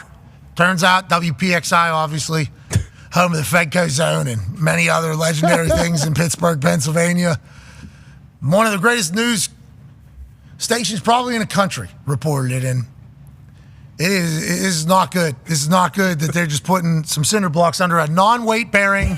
What's the problem here? Yeah, if they would have built up a weight little. bearing. I can confirm that cinder block's been there since weight bearing. '89. What do we care? What are we talking So about? they haven't updated the cinder blocks? Right, true. No, you don't need to. This is grit. This is grit roller coasters. This isn't some. I saw my 14-year-old Paisan friend put a sig out on that cinder block as we were trying to hide from the rest of the place. Kennywood Day, saw whatever year that is. That's a mainstay. That's Kenny. That is the reason why it's called Kennywood is because those cinder blocks right there are actually representation of Kenny, the man who owned the woods beforehand. They need to build a little plaster around that, make sure nobody can see that. Sure. Put a little plant, put a little shrub right in front of it. Fake rocket, yeah, one of those things. But with that being said, after seeing it, that is alarming. Is that what's holding up the race? I've been on racers numerous times. I couldn't even imagine with the Thunderbirds being held up. Oh, jeez. I kind of read the glue. Kind of read the tea leaves last week. I messed that up last week. When you told us the prices were dropping in 2024, they're kind of. Yeah, it's kind of. You guys have never been there, so you can't speak on it. Okay? Place is a dump, Tony. You know it's a dump. It's a dump. Just say it. You've never been there. Go to Cedar Point. It's not that far away from Pittsburgh. It's the best in the world. There was a tornado at Cedar Point last week. Okay, yeah, I'll go to Cedar Point. Well, Glenn Powell's going to stop by, maybe open it. Well, you don't see any tornadoes in Kennywood. So, you go to Kennywood, you're not going to have any tornadoes. I mean, that was an AI photo. That was not a real photo. Can you show that, please? Can you show what the racer is? It's AI. Well, yeah, I think it's beautiful. Gorgeous. Is it like is it 9 seconds long? Like, Sturdy it as doesn't hell. look like it's very big. That's a log. That's a log jam right to the left of it. Bam, that's where you get a little soak if it's a little bit too hot on Kennywood days. Right here, though, the racer, is it that long? Dude, it goes down in the woods. Oh, what are we shit, even talking look, about? Look at that. Beautiful woods, Dipping beautiful dots trees. right before you get in line. Ice cream of the future. Exactly. It's pictures from 2001. Boom. I believe it is because I believe the 96. Steelers roller coaster replaced the log jam. Steel curtain? Yeah, that thing is state of the art. Yeah, it's got a couple whoopie woos. Okay. I thought they moved it to Lost Kennywood. It's got a couple Mick Twisties too. Is that the number one ride there, the racer? No, what are you talking? We got 100 rides. Not anymore. Number 2. I've never been there. I don't know. Ride. Sorry. I do love the sign that says "Don't stand up." Yeah, you don't want to hit your head. You're about to go down a ride. Let's go ahead and make sure we're keeping all hands, arms, and faces inside. Are you not strapped in to where you can't stand? Yeah, you got a lap. That's a lap one. No seatbelts. No, you just fucking get on and good luck. Well, that's the difference. That's probably why you guys don't want to go, Kennywood. You guys are scared to hop on our rides. That little cinder block, we walked by that, saw it go, it looks like it's pretty steady. Yeah. Somebody pulled on it a couple times. Yeah. Kicked it. I'm going to get on the left side. What were the colors of the racers? I forget. I think red and white, maybe? Yeah, I think so. Red and blue, I believe. And then also right next to the racers is the Jackrabbit, which actually jumps the tracks if you're riding That it. one So- actually is dangerous. Yeah, very good. You do leave your share. Jumps the tracks? Yeah. You serious? Boom, bang, pow. Yeah. Yeah. That's kind Hopefully they got people. Do they have people that like doesn't the state have to come in and kind of inspect and make sure everything's up to date and we're good? Kennywood is squeaky clean on all inspections. Privately owned. Okay. So Okay, we'll put Kaboli on that. Maybe Kaboli could do some investigative journalism. let's call Kaboli back, actually, please, and ask him about the cinder block under the racer thing. Kaboli should not ride that ride. No, they don't. let him. He should not ride that ride. I'm assuming he's cat? not allowed anyways. They do have full-on situations at the beginning of every ride. You got to be this tall. You got to be this small. Yeah. You can't fit. We need to be able to. Oh, like no leg sleeves? They don't. They don't let weigh leg you sleeves on the racer. Yeah, I bet there's a lot of leg sleeves going on that ride. It's Yeah, you're right. You're right. A lot of them. It's not a weigh-in. You just got to be able to get the thing down on most of them. You know, if you can't get the thing down, that's pretty problematic. That's a pretty important part of the whole thing. That's a very important part. Yeah. I actually don't like the ones that are just the thing. I would like the thing too, like a seatbelt. Oh yeah. Yeah, There's been a couple I where want both. Yeah, I would like them both because there's been a couple where I sit down and I'm a thicker human, nowhere near as much as some people, but definitely more than I'm comfortable on those rides because that thing will come down. It's very and I have to like suck in for that thing to click, and then I'm like, okay, so I just got to do this ride with this thing dug into my sternum. Oh yeah. And then you go and it moves a little bit. It's like, oh shit. Whoa. I don't like it. Check me out. Yeah, I don't like it at all. It's like those roller coasters are thrilling. They really are. I think I'm past the age, I think, of doing it until Mackenzie wants to. I was going to say, yeah, this is more tossed back into it. Hey, yeah, this is a break for you more so. You almost should get back into it now to prepare yourself. Yeah, because I went on the pirate ship. Mm-hmm. I got sick. Oh yeah. That's puke central. I mean, that is just asking to puke. But as a kid, I was able to do it, and then as an adult, I got on there. I was like, whoa, I've never felt this. This is over. And a lot of them depend on that. The one that goes upside down. Oh, yeah. Yep. Does the feel pirate like ship. rest of your day is fucking ruined. Yeah, I don't like Yep. it. Yeah, it sucks. Yeah, let's go stand in line. It's 100 degrees and I'm fucking dizzy and just puked. This is great. Kennywood, though, doesn't get you feel like that. Kennywood takes care of you. Oh, you could do virtual reality roller coasters to get ready. Yeah, I puked. Yeah, that one's tough. They tell you if you start feeling sick, look down at this thing at the bottom. But you look down at the thing at the bottom, everything around it's moving. And then you walk at a different pace than what it's virtual reality is not good for everything. How is that going? Remember, Apple was supposed to just take over the world. Everybody's supposed to look like a dipshit with the thing. Yeah, those did so bad. Yeah, they did not move for like a week though. People were loving them for a week. You know, using your hands and slip. You know, so like, oh, I can watch 15 games at once. People were so much cooler than us. So much cooler than us. Oh yeah. Such better sports fans. I think the thing that I saw. Holy oh my fuck. God! Simone Biles just did What is that? Like 1,500? I don't know what the amount of spin. I watched the X Games growing up, but I could not guess how many twisties. On vault or what? On the floor. She's moving so fast. She just did a twisty, flippy, skippity doodle. Oh, my Jeez goodness. Louise. How you like me now? Again, stuck it too. Hey, she's back. I think this is it because I'm pretty sure the team right before this was celebrating as if they medaled, and I would assume she's the last one. Oh, this is the Taylor Swift. Are you ready for it? They were running this on Good Morning. This is like a legendary. I guess this is a historic routine here, and I guess Taylor had to. That was nuts. Yeah, this is. Here we go. She's about to do it again. She's so fucking athletic. Yeah. Here we go. Simone Biles, her last run. Oh, she stepped out of bounds. Okay, difficult value so high. That's right. Sorry, you're allowed to get doctor point there, but that's going to happen whenever you're moving faster than any human's supposed to move. Clock stops too. Holy shit, dude. Yeah, good ball out of bounds. That first one was. Go. She's going to hit another one here. I think these are called passes. Oh my man! Double laid out backflip right there. The straight leg backflip is just. Hey, you did it. Congratulations. Are they clapping? Is it over? Is she? I thought she was back. Yeah, congratulations, Simone. I thought she was going to do a backflip from her knees right there. Back. Just like all the way back. That would feel so good. Yeah, watching that shit is like we talk about like Connor McDavid or Michael Jordan. It's certain players or certain athletes, regardless of sport. It's like, okay, that's some shit that I know I would never be able to do, and probably never see another human do it. Her body was spinning so fast. That was actually fucked up. We need to see the replay. Yeah, it was. Because that first one was. I that was corner of the eye. Yeah. We were not paying attention to what happened right there. That was fucking insane what she did. Holy shit. Landed it too, AJ. Boom. Really? Yeah. She just seems to go so much higher and farther and faster than everybody else. That's why I think the balance beam might be a little bit of a thing, because you got to be like so precise. Like for other ones, she's can just, hey, I can do stuff that you can't do. Mm-hmm. Like her exit from the balance beam, which I don't know what that is. Dismount. Did you see what she did? She did a full fucking where she can expose that she's more athletic than everybody else on earth. She does. Yeah. And it is awesome to watch. And I think she's so much better in like a couple of these events that she probably doesn't have to rely as much on the balance beam. Like, because when it comes to the all around, like she probably knows, okay, like on the floor routine and on the vault, like I'm miles ahead of everyone else. Bam. Yeah, that was Jeez. it. Yeah. Oh, she stuck it like that? Yeah, is that not? We saw her fourth flip, I guess. I don't know, throughout the entire. Go back to the beginning. Can we go back to the beginning of that? We all caught it like out of our periph too. Like, whoa, fuck! There's a human doing something. What a time! Yeah, shout out to the Olympics. Good call. Shout out to NBC. Shout out to Peacock. Shout out to USA Network. Obviously, we're big fans. There's a men's team too watching. With Men's their team won a medals. bronze for the first time since 2008. Yeah, Congrats to them. Here it is. The girls gonna win they're gonna win the team gold or whatever. Yeah, I think they just did. Oh, they're waiting right now. Come on, come on. Yeah, try that. Other countries, you can't. You can't. Hell yeah, Simone. That'd be so much fun for her. She talked about all the mental work she had to do to get back and everything. And in those moments, it's like, all right, now. This is why we do it. This is what it's about. And then, she can. That's so cool. Sick. I'm so happy for them. Yeah. This is their redeem team too, right? Because they got silver in the last Yeah, one. since 2016. And they were judged, too, pretty heavily that they didn't win it because of the amount of talent that they had. All of them, seemingly individually, had their own little, like, roles and stories. And now them coming back to win gold. Hey, we did it. We did it. Hey, we did it. Let's go. Congratulations. We love that. Oh, yeah. We love that. Another gold. Football girl, too. Had to count.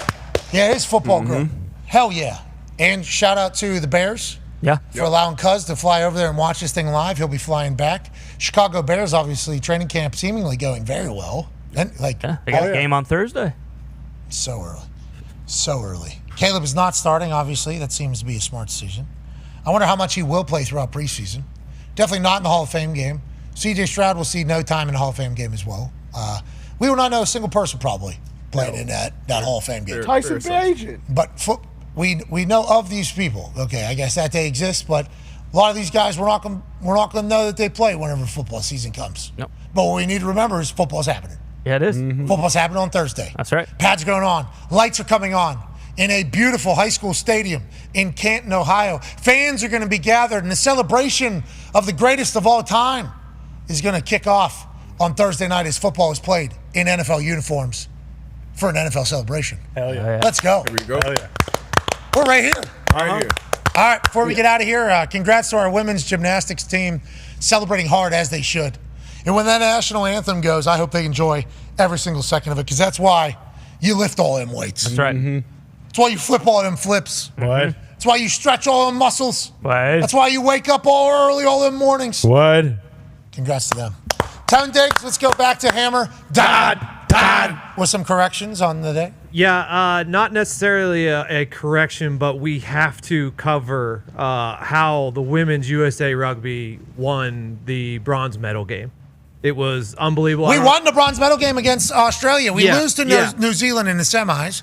We get sent to the bronze game against Australia. That's tall task. They're the favorites. And our women have never won a medal, right? Nope. At the Olympics, I our don't women's think so. rugby team, led by Ilona. What happened at the end of this thing? We won bronze, okay. Basically, we were on our 5-yard line in our own territory with 7 seconds left, and we got the ball, and we break a tackle, go 95 yards for a touchdown, tie the game, kick the field goal, win it. What? Let's go. That's the end of it, I assume? That was the end of the run. Do we have the... Yeah, I sent in the full video. It was absolutely wild. Aussies were the favorites to win the gold at the start of this thing. So Australia goes home with no medals? No medals. No, not gonna, obviously. Class. Wow. Australia was the favorite, and they end up with nothing because America ends up with the bronze? 20 this seconds is left. nuts. 20 seconds left in our own end. Oh, come here. Ball is caught. Scrum. Oh, toss. Lateral. Annexation of Puerto Rico, potentially. Clock ticking. Good strategy. Australia celebrating. We just beat the dumb Americans. We're going home with a bronze. All you need is to break one, and she's gone. Wow. Oh, my God. Touchdown, America. And then we kick the field goal to win this? Oh, no. Heartbreak, Australia. Heartbreak, Australia. Pure jubilation in America. Who's she a kick? Is there a kick that comes on there? The kick was not part of the video that I sent in. But she runs right down the middle. So it's a gimme, pretty much. So she runs right down the middle, so you kick from middle, right? Yeah. Is that how this thing works? Rugby, you go through the center. We did it. We did it. We won third place. Let's go. Wow. Congrats, lady. What a play. That was unbelievable. Truck stick. Put that on a How does- Wheaties. Yeah. Her How does run. the clock work? How's the time work? The time ran out, and then another clock picked up on the right side. I assume that much like American football, and this was zero knowledge of the sport, never playing in my entire life. Once play is deemed to begin, probably can't toss ball. Yeah, not in the middle of a possession. Yeah, like end of play. Truck stick. That was sick. She breaks free. The whole way, too. There's no second level No. defense. What are they? I was going to say, we're not playing prevent. Okay. Yeah, no shell coverage. That's 12 seconds left. Press Bold man to man strategy, across the Cotton. board. What's going on? 'Cause this is like Mario Cristobal Yeah. with Miami. Yeah, She should have tackled her. Take a knee. Make the tackle. This is situational awareness. America understood that. We did. America saw that there was no safeties. Wait a minute. You're running zero coverage right now?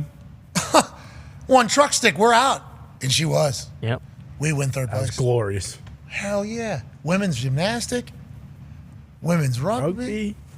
Swimmers about to go bananas. I was going to say, gold's about to start for the swimmers. Haven't even started track yet. When's the track and field? Oh, the American sport of track and field. Thursday, Friday, I think. Golf Shakari. starts Thursday. Golf, Yeah. we got 3 of the top 4 favorites. Yeah, favorite in the women's as well. Soccer's beating Papua New Guinea 2-0. Is that what they have on the scoreboard? No, they just have the GUINEA on the scoreboard. All right. Well, that was certainly something that happened today that hopefully will not happen again for future scoreboards, because there's people like this that exist. Look, I'm just calling it what the Olympics are calling it. But I don't know what you want me to do. I thought the Olympics were good people. Yeah. They've been everybody. Aren't you? I've been told I'm supposed to respect these countries, so I'm calling them by the names that they're telling me to call them by. You're a hero. Exactly. Just like the United States of America has been at this Olympics. That's right, man. Winning more medals than anybody else. And everybody's talking about our gold medal. Well, we just got one more. No big deal. And there's more on the way. We need to pick it up. We're about to. All right, all this medal show, yeah, we're leading the medal count. Fuck that. What? It's America, USA. We need the goals, baby. All the other ones are good. We need the goals. I do fear that we're getting close, but we're not. Because normally we're. All this, everybody's catching up. Shit. Oh, yeah, fuck that. Wait till you see our men's basketball team. Mm-hmm. Wait till you see what our men's basketball team. Obviously, our women's basketball team is toying with people. There's two right there. There's 2 more gold medals coming. Add the gymnastics. Add Simone Biles winning the all-around individual.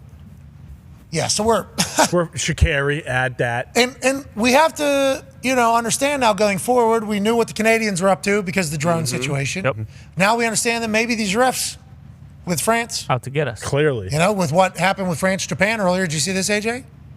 Oh, yeah. I saw a little bit of that. I was watching that actually live right before we came on the program. So that's going to get called into question as we go forward. It's like, well, are these refs? I saw our 3v3 or 3x3 they call it. Girls basketball got beat, unfortunately, by Germany. They can still come back and win it all, though, right? I believe so. Yeah, that's pool play. Men are at 4:30. Yep. Huge. Jimmer time. Jimmer for Jimmer. Oh, yeah.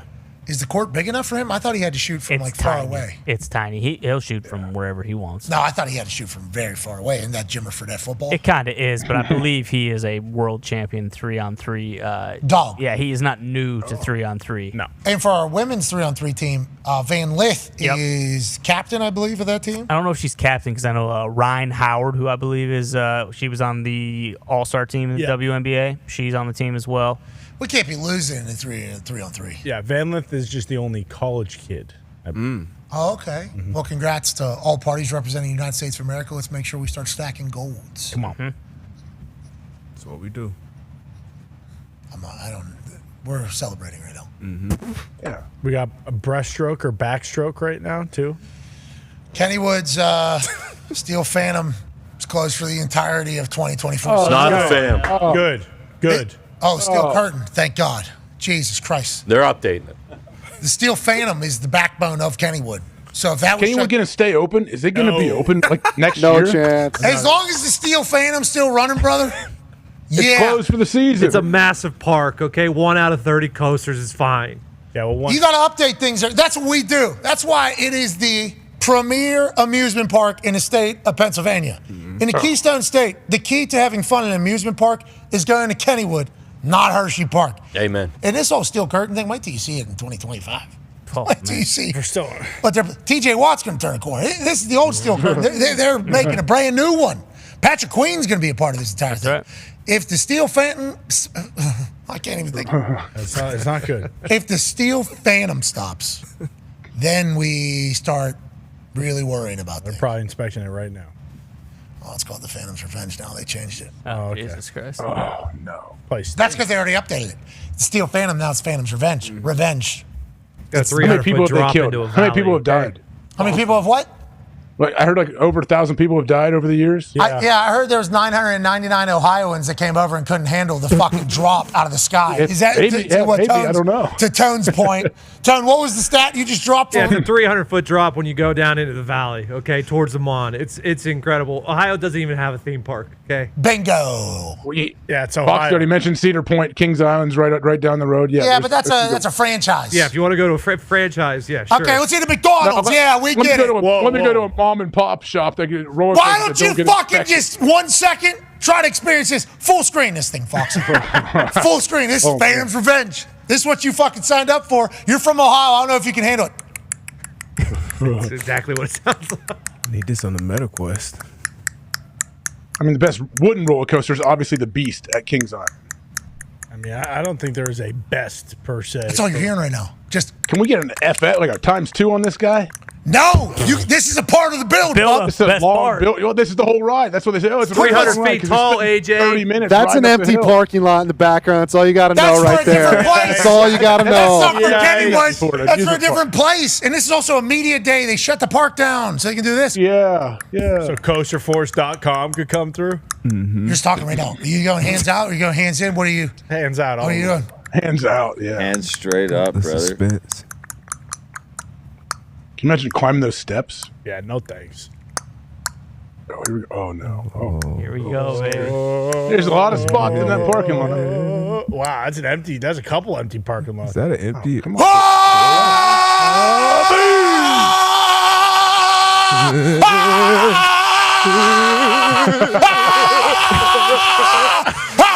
Down in the valley, watch out! Watch your head! Watch your head! Watch your head! Oh my God, we're really fucking going. How? Yeah, wait for the whoop-de-was. Well, where are they? underneath another Snoop-Dee-Hoo. Oh. Look at this. Now you're starting to get it. You're like, oh, this is sweet. Phantom's Revenge. This is a real deal.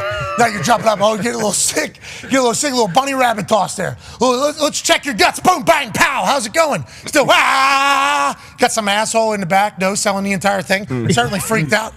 So you've had another one of the whoop-de-whoops. Boom, bang, pow. Wait, there are no loops? What the fuck? The where are the whoop-de-whoops? What happened? What the fuck happened? You got no loops? You just got ups and downs? That's not a fucking roller coaster. That's not the Steel Phantom that I fucking know, What right? the hell? What Wait, happened? That's your premier rap? That's the premier Steel curtains. That's the one? I mean, the lines were full. I will give you that. They were. Yeah, because it's the only one open.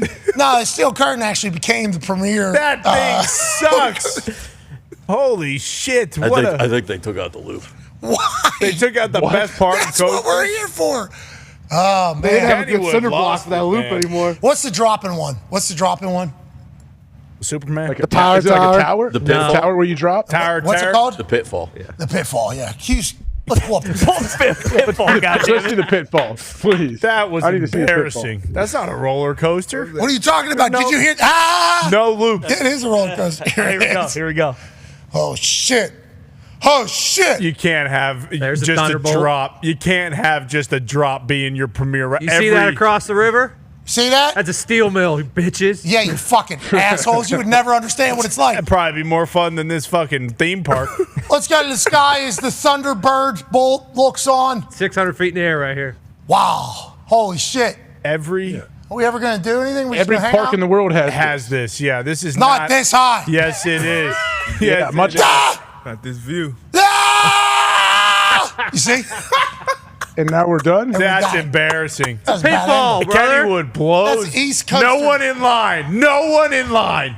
That's because East Coaster General, The the guy parking that lot is worried. rented the The place parking lot out. worries me a That was little. terrible. Coaster Force. That's embarrassing. That was terrible. This did not help. Terrible. That was terrible. Did you feel your Absolute gut? horseshit. Your gut was up in your throat. Terrible. We fell from the sky, brother.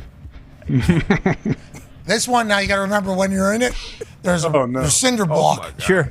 Actually holding up one of the turns. Oh, the racer. So this is the premier one. This is not good. This is old school. What are you, not? People are going to watch this and not go to Kennywood. What are you talking about? What's this They're thing? already not going. Don't worry about that. Hey, I got a big correction. I got a big correction, all Only place right? to lower prices. What's your big? What's going on? In 2023, Kennywood was ranked the 8th best theme park in the country. In 2024, Boom. it was ranked the By 3rd Caboli. best theme park in the country. Yeah, by Boom! the Athletics Mark Caboli's power rankings. He did have This a is by Is this like a USA kid ride Today. for young people? USA Today. USA Today. This thing knows. was built in 1927 and it's still going strong. AJ.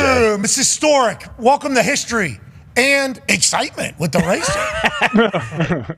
You look, the blue team's taking the lead. No, slow down. You're in this one over here. No! I fucking picked the wrong one. I knew it. Turn the corner. Look at that Hey, kid did they go talking. backwards? talking Do they race shit. backwards now? Oh, Yeah. brother. Oh, yeah. Okay. I don't think Things this I don't thing's have doing them too like that. good. Man, this is a really fun coaster, huh? Say maybe take the restrictor plate off. Boy, the oh fucking boy. red one. What are you talking? Look at the kinda blurry. like- You It's a can't- fucking I've golf seen these cart. like in backyards. Dude, People build these in their backyards Each sometimes. like individual rich wood guys. piece right there is 5 yards apart. So just for proportion for you guys. All those little 5 yards apart. I look at it way different now. Yeah, exactly. It's going much faster than you guys could even imagine. Is that shed right there? Wow. Oh, Biden's hitting his head on those. This guy's just holding the phone. This isn't even a GoPro. He's just holding your phone. All right, listen. You got to be kidding me. There It it is does again. have a 7-foot this clearance. It has a 7-foot clearance. Bang, who won? That's not to be tall. Blue the entire time. Jesus Christ. Not even a race. That's What the the hell? ride? Bump that thing What up is to 10 going on? feet. Wait, they don't go backwards? You think that any is racer from I know goes 1922? backwards. I mean, I thought at least there was a second All your half. racers that you know are fucking mimicking ours. Okay, so you're welcome. I don't think so. That's the anchor bar, brother. To be completely honest with you, I wouldn't be caught dead getting on a wooden fucking Pitfall's roller gone. coaster. The pitfall is no longer at Kennywood. Well, that's because every other theme park in the entire world has one of those. And now We're you guys tired don't of have setting one? the trends for every other amusement park and then having to change and adapt. And What about Sky Coaster? Hey, you know, 3, 2, 1, fly. These fuckers Yeah. are soaring. Everybody has that as well. Yeah, I wrote That's that what in I'm saying. 7th grade. That's what I'm saying. We created all of this. Kennywood you created did? all of out, it. out of curiosity, Let me guess, you guys got fries with cheese too? You don't. I mean, You don't have the potato patch, okay? Enough. They got potatoes. I'm sick of I would like to know what's number 2 and number 1 on that USA Today list that Tony left out. Why don't you just go be a fucking roller coaster expert and go judge them yourself? You go to Kennywood first, you won't be able to leave, brother. You'll be back the next day. I'm never going on a roller coaster again. No Well, chance. Kennywood, you'll certainly get on a racer to pay homage to the first ever racer. We gotta go. The cinder We block? gotta go. All right, we'll have a Kennywood day like we're a school. Okay. Yeah, sweet. Next week we got Field trip. Kennywood day. Yeah. Take a field trip. I'm gonna have COVID. Oh, You no. have to get. You probably don't have to strap in for those rides, do you? Like, is there a, Do you is there a see the safety strap? whoopsies? Do you see the I didn't, no, I doopsies? didn't see the whoopsies. You were talking about the whoopsies. I didn't see them. You're a pig, dude. Seriously. that How was about the embarrassing. swings? You're going to tell me the swings are everywhere, too? I don't think so. Not as good as these ones. Yes, the What do you swings mean? are everywhere. What do you Yeah, but mean? the Those are in music- traveling circuses. Yeah, it's all about the aux cord, though. The aux cord at Kennywood on the fucking Pat, tell them swings. about Noah's Ark. Here You we would go. never understand. It's a full experience. You're doing a tour. You're learning stuff. You're walking through. I'm not going to a goddamn theme park to learn stuff. I'm going to ride the rides. Why would I So you want to get learn eaten stuff? by a whale. I'm going to a Yeah, damn museum. Yeah, I don't want to fucking. Men's 100 free. All right. Not a final. We got time. We got time. Kennywood seemingly doesn't have much time, so we should. We lost a pitfall. We fucking don't have a steel phantom anymore. Oh man. Good. We got cinder blocks holding up the goddamn racers. This place sucks. Better make that field trip quick. Yep. Better You're not get there. invited, D-But. Whoa, son, what's that all about? Well, what's that? Yeah, Why just I bet him? that's kind Why of the just Pittsburgh Well, I MO. expect- I I expect this from Connor, but I didn't expect this from you because I know you've never been there, and you're normally someone who's like, "Hey, I'll try it." That's fine by me. You're going to Kennywood? No.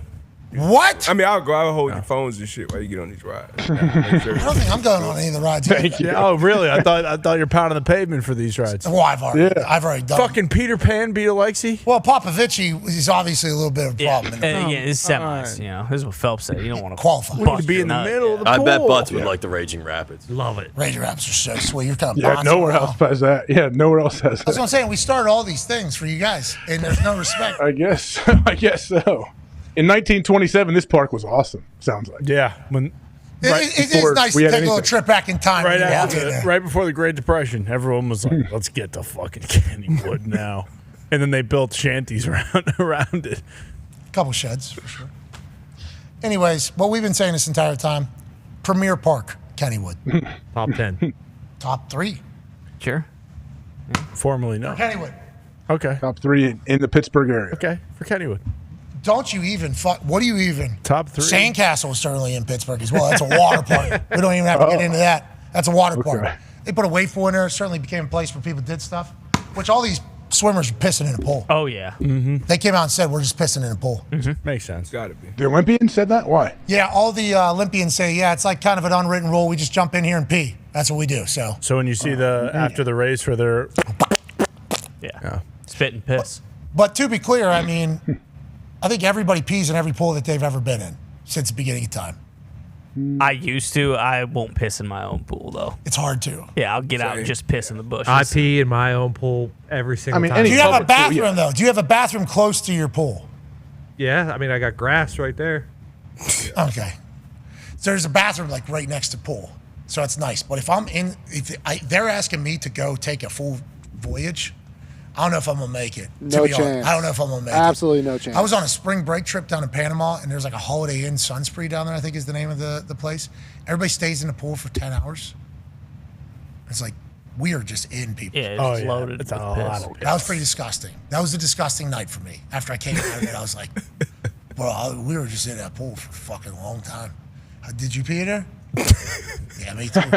Yeah, about 15 times. Yeah, everybody did. So we were in everybody's pee that Yeah. entire time. It's happening at the pool. It's happening at the Olympics. Mm-hmm. So much chlorine and salt. They say it's a chilly pool, I think. They keep it a little chilly. Keep I think it tighter. There's like an actual temperature it has to be, if I've learned properly from the swim trials in Indianapolis. I wonder what it is. Kennywood. No. Oh no! Oh no! Oh Yep. no! Bonus ball. Bonus It's ball. already shut Bonus down, ball. isn't it? So it's fun. Bonus ball. Job of running efficiently like a Kennywood roller coaster. I appreciate that. Mm-hmm. It's actually every time. Yep, go on. Oh, go no. on. Say, just Oh, say no. it. Just We're say not. it. I don't know why we're. Oh I know no. we're filtering information here. Is this China? Don't censor Can't it. wait for this. I regret to inform Kennywood lost the Sky Coaster, too. Is that right? Is that a good sign when these places start losing rides? Yeah. Is that good or bad? Yeah, because we're evolving. We're getting better. You say everybody's got one of those. So Kennywood said, we're not fucking doing it anymore if everybody's got it. So we'll tear it down. We're not going to build anything new. We're just going to tear these old ones. I wonder if there's an altitude issue going on because it seems like everything is kind of high. We lost the rights. Did somebody buy the Sky above Kennywood? I thought you guys were the Steel City here. What's going on here? Yeah, what happened? Not enough steel? Good point, Fox. Yeah, but if you go in the fall, it's Phantom Fright Nights and they scare you. It gets real spooky. They do have Halloween decorations everywhere. You Haunted can't do that. haunted houses. There's a guy walking around with a chainsaw. It's pretty That's not bad. What the fuck is going on in Kennywood? It's dead. This can't happen. Sounds like it's on its way out. It's dead, my friend. But everybody's celebrating the demise of Kennywood. Kennywood was a good place. No demise. Top 5. Turn, they're lying. I'm worried they're lying. Zito, I sent it in. Zito refuses to put it up that they're fucking top Bro, we don't 10. have a fucking Sky Coaster or a Pitfall. Sky Coaster was stupid. You have 2 people go on it every 30 minutes. Yeah, I did not enjoy it myself. It was a little bit of quite a commitment, too. You had to be there for a long time. You had to go stand in a weird place. It was expensive. 2024 ranked 8th best theme park in the country. All right, so what are the 7 above it? Can And we what's the see fans' those? revenge Or rank just there? scroll up Wait, a you little just bit? rode the 3rd best roller coaster in the country. Can we see the?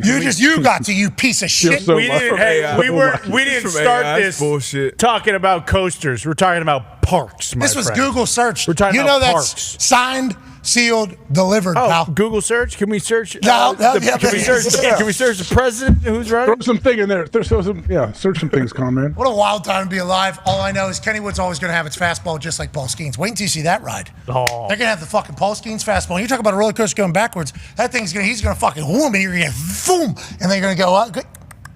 And then guess what's coming back? What's that? That fucking fastball right back to the. Yep. And it's not gonna be at Kennywood. It's like a lot of these rides are more like a Michael well, Rubin fastball. well. Kinda just fucking- Looks like Cedar Point's ranked behind Kennywood. Oh, who knows? The people that actually went and did the judging. Suck it, Cleveland. Yep. Who judged it? AI. Fiercecoaster.com or whatever it was on all this. East Coast. Hershey Park's ranked number 4. That's bullshit. Oh, okay. Hershey Park's ranked what? 4. The whole Where were place we- stinks. It where were we smells ranked? like ass. 8th.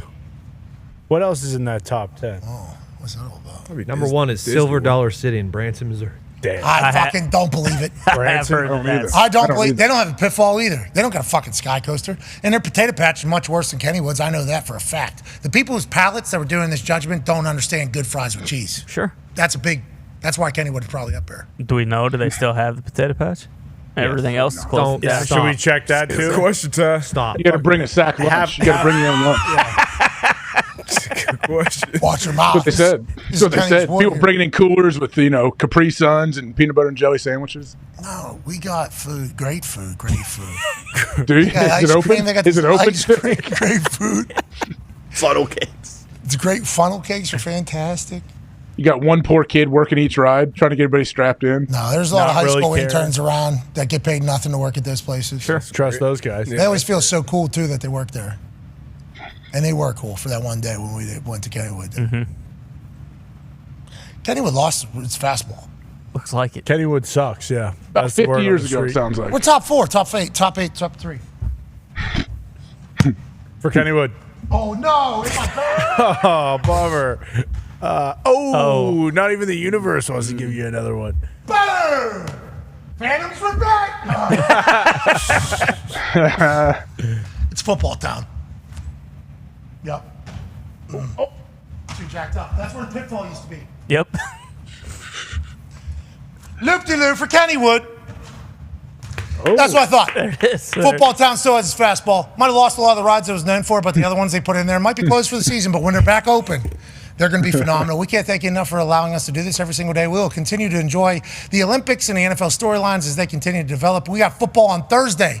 Let's enjoy the hell out of that. AJ, great work today, AJ. Really good. Hey, in the back, good work. Good work, boys. Hey, D-Ball, what a show are you today? Hey, Yeah, Talks the boys. Table, way to go, boys. You have a different life tomorrow. That's right. You have a different life tomorrow, AJ. You too. Oh, yeah. You guys are going to be forever immortalized in WWE 2K. And I can't wait to see our entire squad dripped in gold all over the internet. That's right. Mm-hmm. If you're a gamer and you watch this show at all, what we need you to do is go make good clips with our people. Yeah, because there's going to be a lot of bad ones. It's all bad ones. Oh, yeah. So many. Just a couple of highlights sprinkle in there would be nice. Yeah. Because what these wrestling fans are going to do to our characters, it's going to be rude. Yep. So we're going to need a little bit of get back on the other side. Let's win some titles. Let's have some moments. Let's go to the skies. And let's remember that anytime you take a trip to Hammer, Dahn, you're going to get the corrections right down the center. Hell yeah. Tone, great work today, pal. Thank you. Baby Tony. Kid's an author. Yeah. Kid's an author. Still available. Store.patmcafeeshow.com, $4.99. I need to know Gambler's Guide for the next college football season. Tony took a lot of time to piece that thing together, and it is amazing. Tony, you should be incredibly proud of yourself, pal. Thank you, boys. I appreciate the support very, very much. I really do. All right, we're getting the hell out of here. Be a friend, tell a friend something nice that might change your life. We're in this thing together. Team on beat. Let's go, America. Team on three. 1, 2, 3. Team. Goodbye.